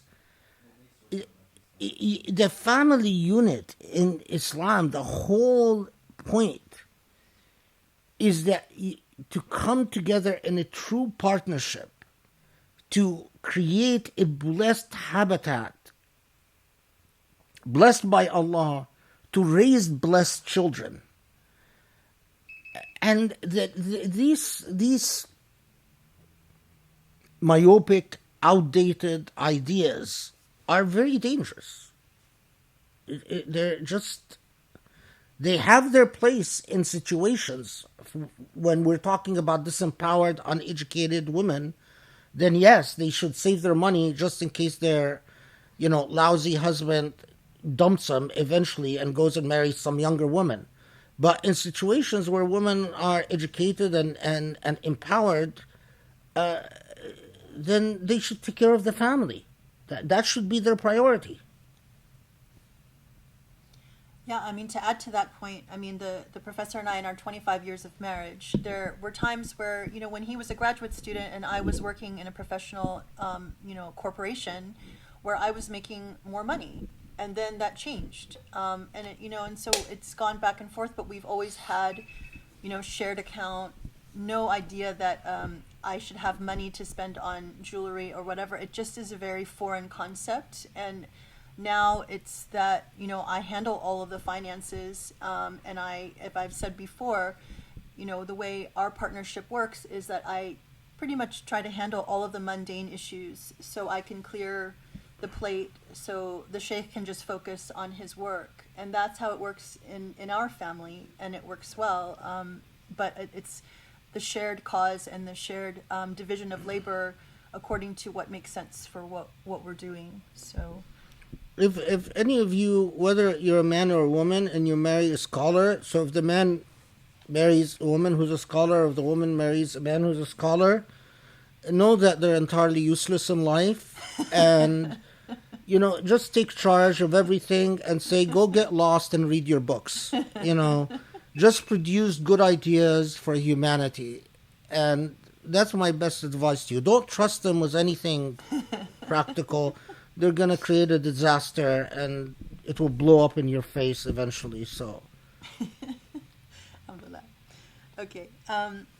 Next question. Reliance or building life's foundation on mundane or material pursuits is like building a foundation on quicksand. The surah also brings up idolatry and taking other gods besides Allah. Is one way of understanding idolatry, then, is that we can define it as what we build our reliance upon? In other words, if I ultimately am placing my sense of security and peace on worldly things, am I deifying those things, although I may not be worshipping it, at least by common definitions of worship? Is the orientation of something in life to my sense of safety a form of worship? What does this consideration say about modern forms of idolatry?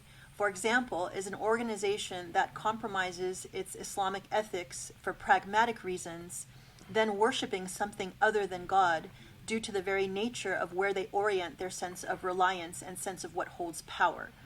Is their compartmentalization of God's station and ability a form of associating partners with God? yeah, this is precisely, it's well put, because it's precisely what I try to communicate. Deification, idolatry can take the form of deification, and you can worship false gods. Worship is a form of submission and deference. It's what you tend to defer to and give priority to in your life. What is worthy of deference in your mind, in your psychology. And if you defer to for instance, consistently defer to the wishes of your parents, regardless of what these wishes entail or what they want you to do, you're deifying them. But what is more problematic in the way, because our societies in modern world has been largely shaped by capitalism, as the world international, universal ideology that has invaded every nook and cranny of the world. It has, and with some very devastating consequences, of, especially in indigenous and native cultures and so on. And the very logic of the way that we structure the world, of economic circulation and reliance on debt and reliance on, especially debt as a way of financing things and keeping the world in motion, is that we end up deferring to that thing we call money. I mean, whatever it is, because obviously money is not paper. It is the value that we all agree to give something that is often not even tangible, and we don't really know what it is. You know, like bitcoins and stuff like that, or, you know, so it's whatever. So it is truly a mythology. If you want to see a social mythology at work, it's money. And if you want to see a deification of something, it's money. And especially the way we've structured the dominant cultures, it is money that, and you see this, you know, if wherever you go in the world, money that takes priority over all human relations, money that takes priority over honor, tradition, respect for elders, respect for or compassion for youngsters, or all the traditional things that humanity developed in order to organize and structure life in a way that makes things less harsh and less traumatizing. I mean, it took humanity a long time to develop the idea of ethics and the idea of something like respect your elders. Why did it take them a long time? Because they weren't born this way. They sociologically developed it. You know, partly in innate intuition, but partly sociological experiences that taught humanity life is too harsh. Things in the long term become too traumatizing when you don't respect your elders or care for your youngsters. But post-colonial capitalism has eroded a lot of these ethics and reoriented them towards a fiscal system that doesn't make a lot of sense. And, you know, every once in a while we all realize it doesn't make a lot of sense and the market crashes and we have an economic crisis. But most of the time we keep going on with the mythology. You know, are we talking about a monster that there is no point in challenging? I think in your realm as an individual, you can live within the parameters of ethics and be wisely critical of that fiscal policy that is constantly invading your space and say, pay homage to me, pay allegiance to me. You know, there is the world of fashion and the world of social looks and social perceptions and the world of consumption that keeps making demands upon you and effectively preaching to you. You know, we're preached to every time you turn on the television. We're preached to every time you're on your computer. And the preaching is, buy into my system. You know, you can't change the world, but what you can definitely do is be, in a healthy way, critical of that very aggressive, evangelical, hedonistic religious system of capitalism. Because capitalism is like a religious system. It requires of you blind faith. Why is this worth what it's worth? Why is gold worth what it's gold? What about gold? Its yellow color? It just is. It's completely irrational. I mean, you want to talk about Iman? Why is gold worth what is gold? Why isn't some other rare material that has a different color worth the same as gold? Why do we suddenly have put great value at certain, like for instance, the part that I'm fascinated with, all the violins, like Stradivarius violins. You know how much they're worth in the world today? Huge market, huge money. A lot of times the money that you are dealing with, you never see. It is all based on Iman, on a system of faith. When a bank tells you your account is X, it's based on faith. Because if tomorrow, as happens in some other countries, you go to the bank and tell you, well, there was a governmental decision and now your money is worth half of what it's worth, your bank account just dropped by 50%, that's your new reality and that's your new faith. I mean, think about that. The materialist world relies on faith. It's just they don't like to admit it. And without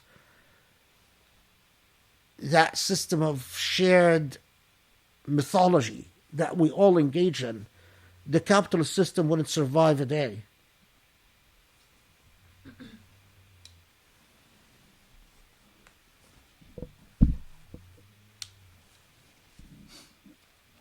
Okay, this is an easy question. May I ask the title, author of the book that you're reading about beliefs of the crowd or the herd mentality? Okay, you know what? Or we can grab it at the break. We don't. Just hold on 1 second. Okay, I didn't mean for you to get up.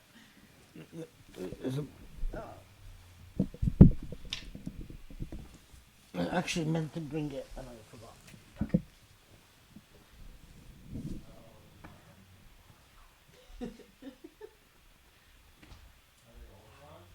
Oops. Does anybody have any more questions they want to send our way?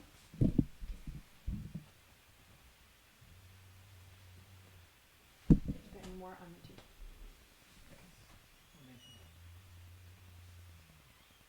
Do you think it would be bad if I bring up a question about engage? Not specifically, but I want to ask about That was, I kind of snuck that into mine. Yeah, I know, but I want to be a little bit more direct about it. Follow your bliss. Okay.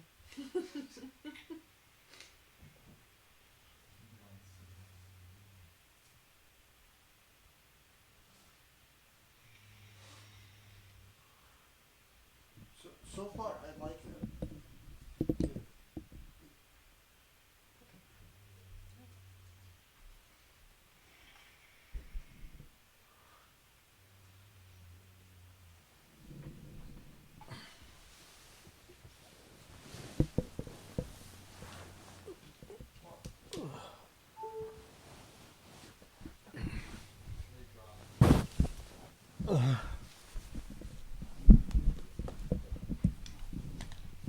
Okay, so here it is.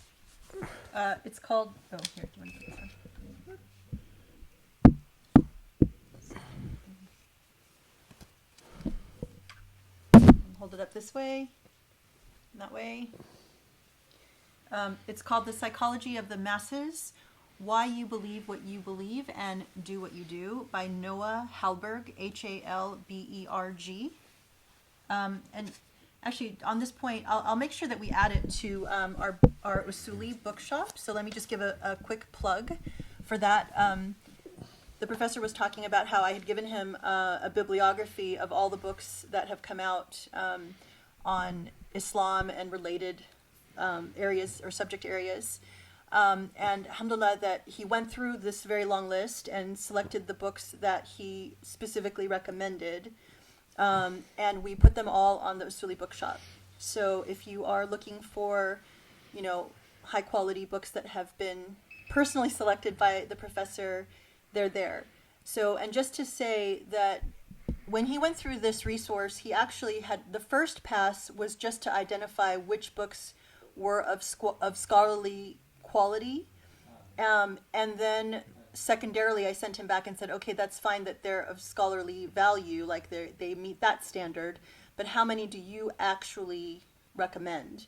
So we made the active decision that instead of putting everything that was of scholarly value on the bookshop, we only put the things that the professor specifically recommended. So there's like over 400 titles there, so there's plenty to find.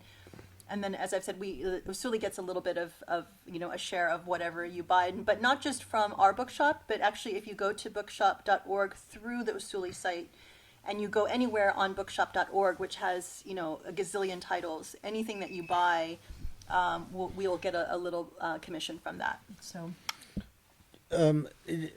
when I initially went through that list, I was like marking everything of scholarly value. It's all the things that I had read, and even if I disagreed with it, but it was a scholarly, respectable argument, even if I didn't like it, I was marking. And then Grace said, no, we want to know what you would actually recommend, so what you actually want people to read.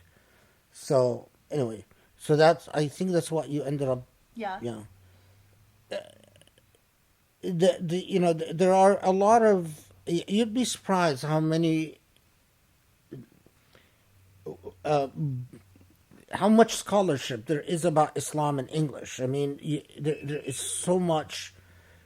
The problem with a lot of these works, from a practical point of view, is that the books are so expensive because publishers on Islamic topics sell very few copies, and as a result, they print very limited number of copies of the best works. I mean, from a scholarly perspective, and they primarily sell to libraries, and then that's it. And then electronically, a lot of these books then vanish. Which is interesting. But yeah. All right, next question. Many young Muslims in today's Western world argue that the essence of faith is honesty, gratitude, and kindness, and they have a problem with their Muslim parents' emphasis on issues of dress and restrictions on gender relations. It's just more of a comment than a question. Well, yeah, I mean,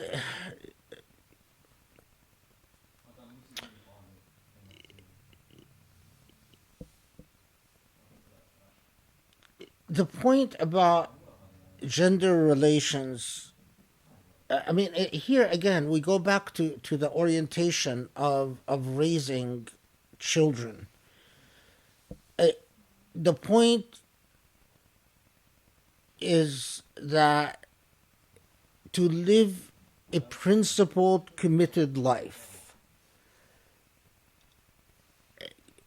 The reason that there were restrictions on gender relations in the first place was to try to guard against the tendency of human beings to misuse sexuality, to indulge in relationships that ultimately are not intended to build a family, has no purpose other than self-gratification, a form of indulgence and egoism. It teaches the soul selfishness, and it teaches the soul to take other human beings as items of consumption, as items for your enjoyment. That's not the way you're supposed to deal with human beings. It's not. They're not there to gratify. They're human beings. And in all interactions we are supposed to affirm in each other that your heart, mind, and soul and intellect. And if the object becomes that we just are physically together and then we split up, that entire dynamic becomes a serious challenge.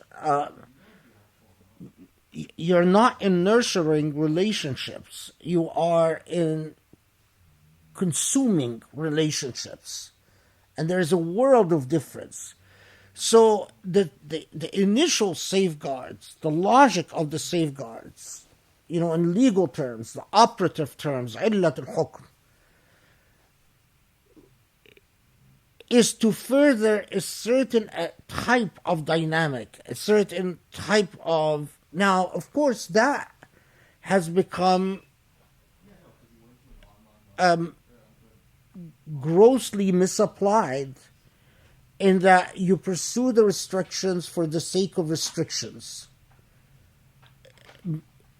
regardless of what the logic, what the philosophy, what the purpose of it. So, in fact, the restrictions could teach you, instead of dignity and respect towards the other gender, they actually teach you exactly the opposite, to disrespect the other gender, to think of that gender as there for your exploitation, for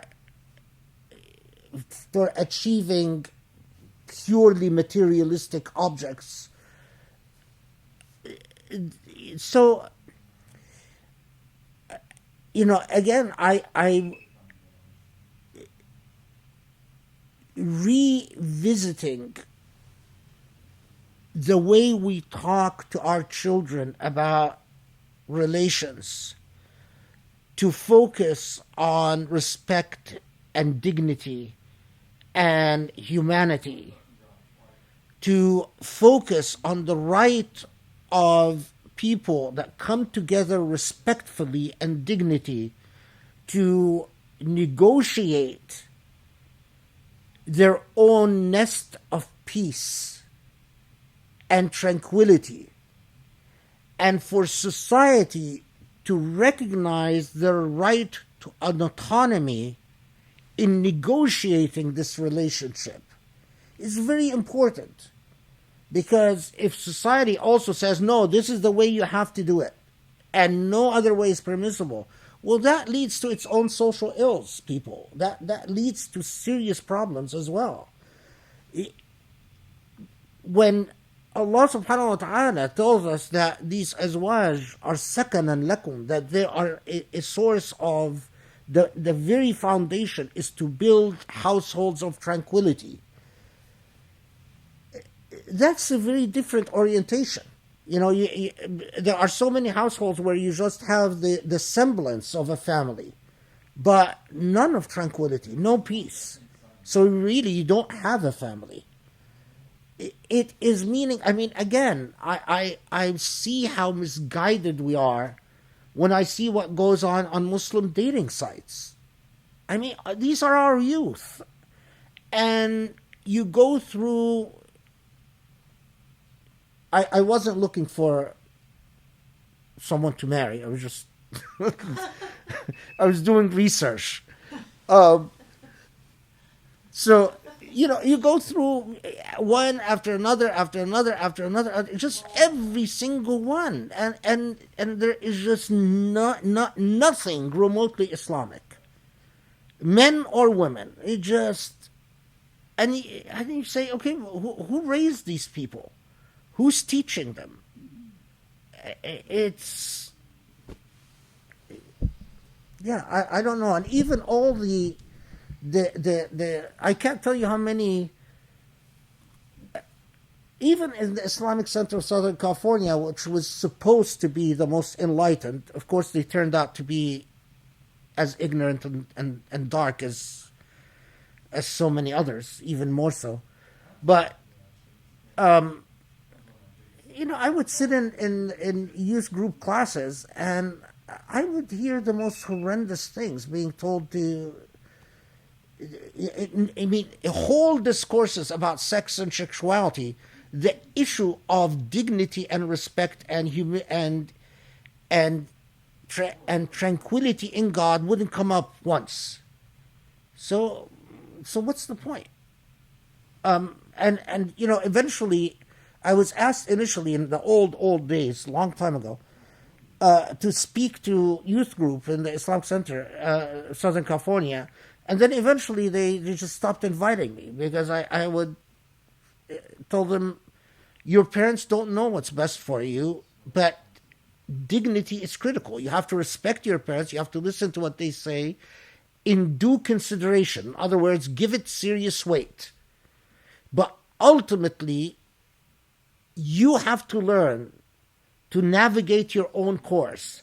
And the guiding point, what guides you is there are certain rules for respect and dignity, and respect is more important than love, in my view.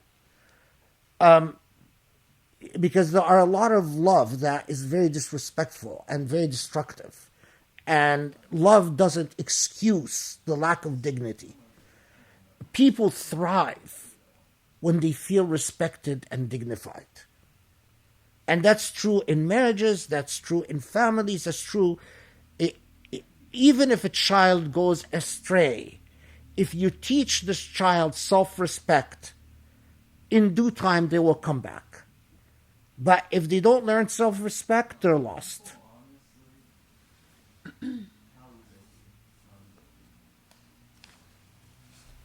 Okay, I'm going to assert moderator's privilege with my question. Go for it. I also want to be a little bit careful about how I ask this because it has to do with our political system. But anyway, I wanted to first highlight, if people have not had a chance yet to watch the khutbah from yesterday, it was really incredible. And again, another stunning, indictment of just how our world is set up to really favor the wealthy. And I think when you listen to where Muslims stand in relation to the world, in one way it was really difficult to hear the khutbah because in an hour's time, the sheikh really summed up where we are as Muslims, and it's not a pretty picture in any way, shape, or form. And it would be very easy to just feel really defeated because all the people in power, including the Muslim leadership, they're not interested in issues like Jerusalem and Palestine and, Muslims in China in concentration camps. So I wanted to ask you to share with everyone what you told me last night when I was telling you about, how you feel, how it's easy to hear that and feel defeated, but that we can't give up hope. That was point number one. And then number two is the other issue that came up, at least for me, on social media, which was very interesting, that has to do with Muslims that are in the Biden campaign. So as a nonprofit, we can't talk about, things that encourage you to vote one way or another. That's not the issue. The issue here, though, is trying to come at it from what we talked about today, which is standing on principle as opposed to pragmatism. And, navigating, first of all, the disappointment of having so-called Muslim organizations that supposedly stand for Muslim issues, but completely leave out issues of Palestine and, Israel and, and the obvious things that we should care about that you talk about in your khutbahs. And I guess my question has to do with, navigating the disappointment of seeing these types of Islamic organizations pretty much forget about God and choose pragmatism. Like, we have to stand together as Muslims and not criticize Muslims that have a place of power at the table, even if their positions are counter to what we should care about on principle. And, how can we as individuals navigate that, and what should we do? The second issue first. Let me. I'll tell you that you want to know how we ended up with Saudi leaders that would betray Palestinians the way that they've betrayed them. I mean, keep in mind that Saudi has imprisoned all the Palestinian activists that even who lived in Saudi for 30 years, even those who collected donations for Palestinian families. They've put them in prison. How we ended up with the type of thinking that would overlook the transgressions of Israeli settlers and the stealing of Palestinian lands and the destruction of mosques, because Israel destroyed a lot of mosques and also turned some mosques into bars and but no, the type of thinking that also led us to the Egyptian government destroying over 1,000 mosques. The type of thinking that made the Emiratis betray Palestinians the way they've done, and the Bahrainis now, and so on. Well, in my experience, in the life that I've led, it all started precisely with the type of thinking that says, in order to gain a position of power on the table, let's drop an issue. And let me just spell this out concretely. When I came to the United States in 1982, I would meet a lot of the Emirati and Kuwaiti and Saudi and Bahraini students that are now in positions of power in their countries. And back then, they had the right type of feelings in the sense that they sympathized with Palestinians. They felt strongly at Jerusalem, but the way that they were all raised, and this, by the way, also applies to Egyptians, but the way that they were all raised is, let's be pragmatists. So let's just not talk about Palestine so that we can do these other things that help us become strong and help us develop, and then we'll be able to do a lot of good. And lo and behold, when I met, and by the way, for instance, I'll tell you something that I didn't say in the khutbah.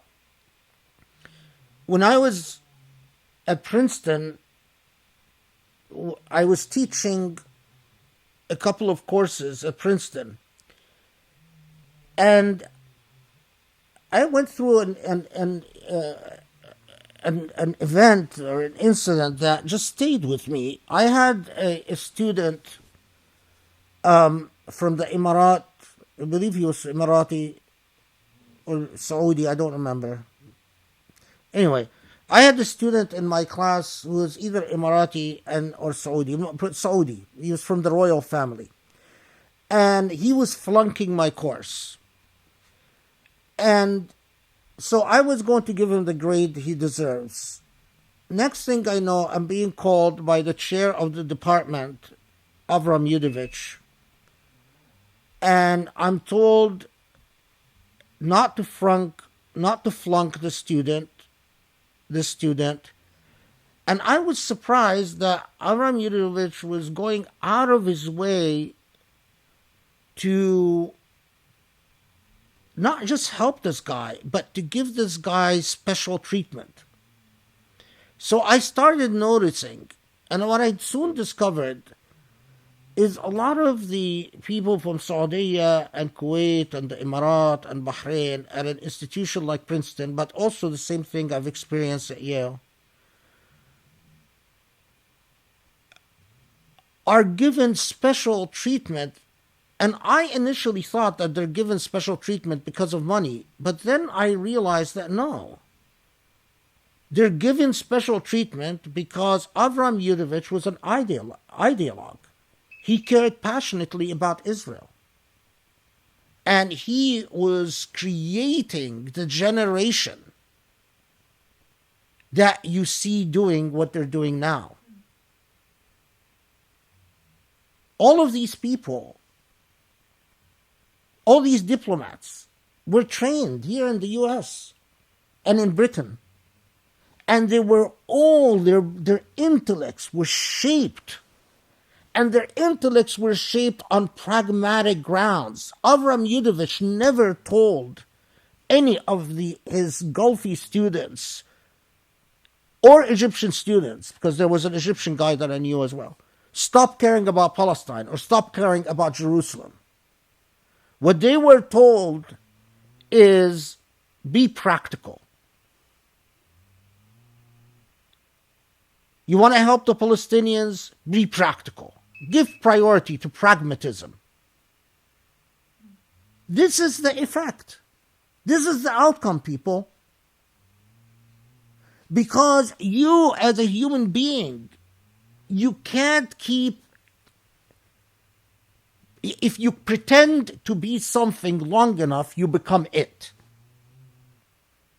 You know, you can't play the role of a prostitute without becoming a prostitute. I'm sorry to say this. If you play the role of a prostitute, eventually you are fully a prostitute, regardless of how much you tell yourself I'm not. So, you know, now, before this, by the way, I've known Muslims, again, I'll be very even blunt about it. What the heck? From the Islamic Center of Southern California.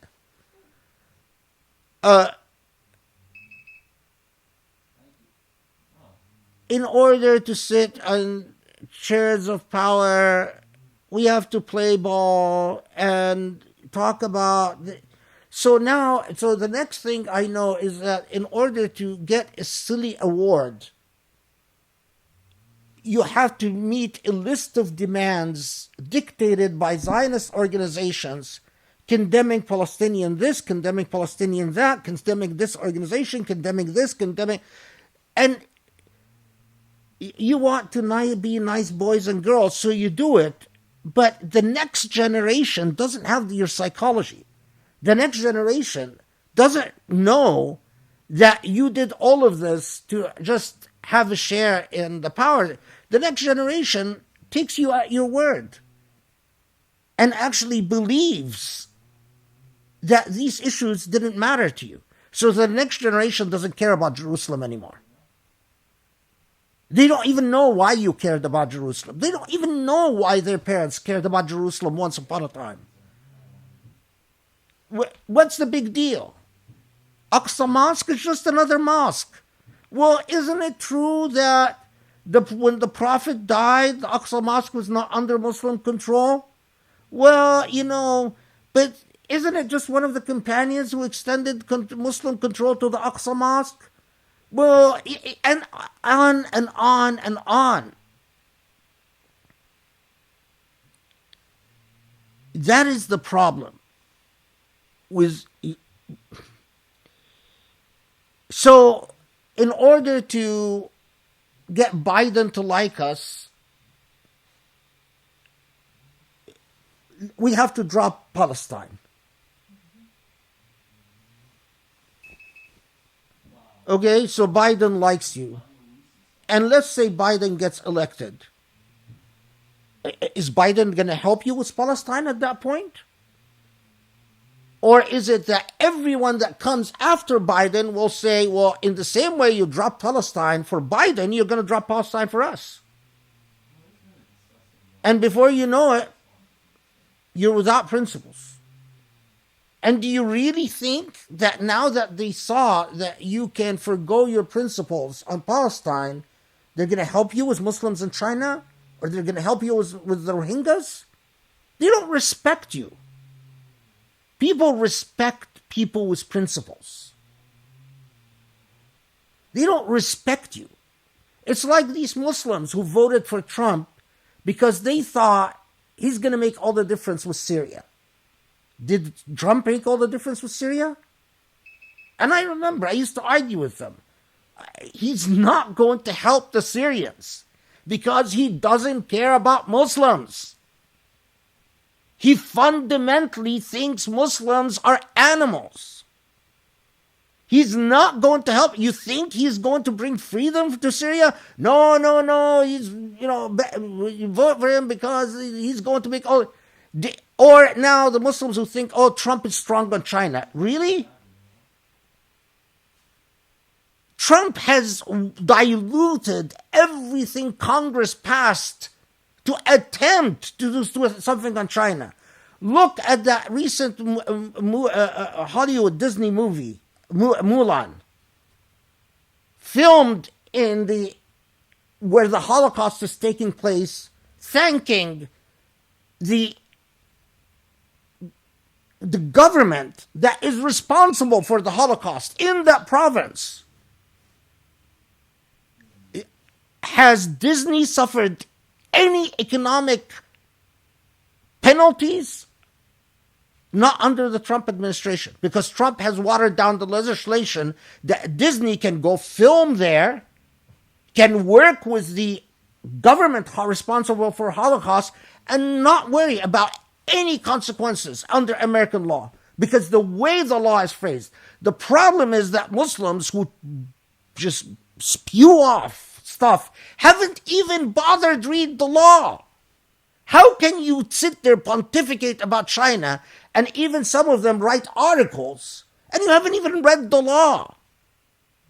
You haven't even read the executive decisions the way that Trump modified the law. So give me a break. I mean, Muslims have to become far more serious about things if they want to make a difference, and if they want to really serve Islam. As to the other point, that point about hope. Yeah, Greece basically was telling me, well, you always keep saying that there's always hope and that you don't despair. And so, after listening to the khutbah, and other than my iman in Allah, because you can't despair if you have iman. I mean, because ultimately, it's up to Allah. It's really in Allah's hands. If Allah wants, and by the way, there is a Surah Al-Rum, that eventually, inshallah, we'll talk about, that addresses the same exact point. But other than that, history flips on a dime. You think that reality is reality, and reality is very stable. And the way, if you read history and if you study history, you're surprised how quickly everything changes. Literally, within 1 year, nations and civilizations that have been dominant for centuries lose everything. And nations that have been oppressed for centuries. So, the lesson you learn from this is what is most important is to keep the principles alive. So when the time for change comes, people can be guided by something. Because if you compromise the principles, if, for instance, we stop talking about Jerusalem, if the day comes where Muslims can actually do something about Jerusalem, they won't do it because the principle was lost.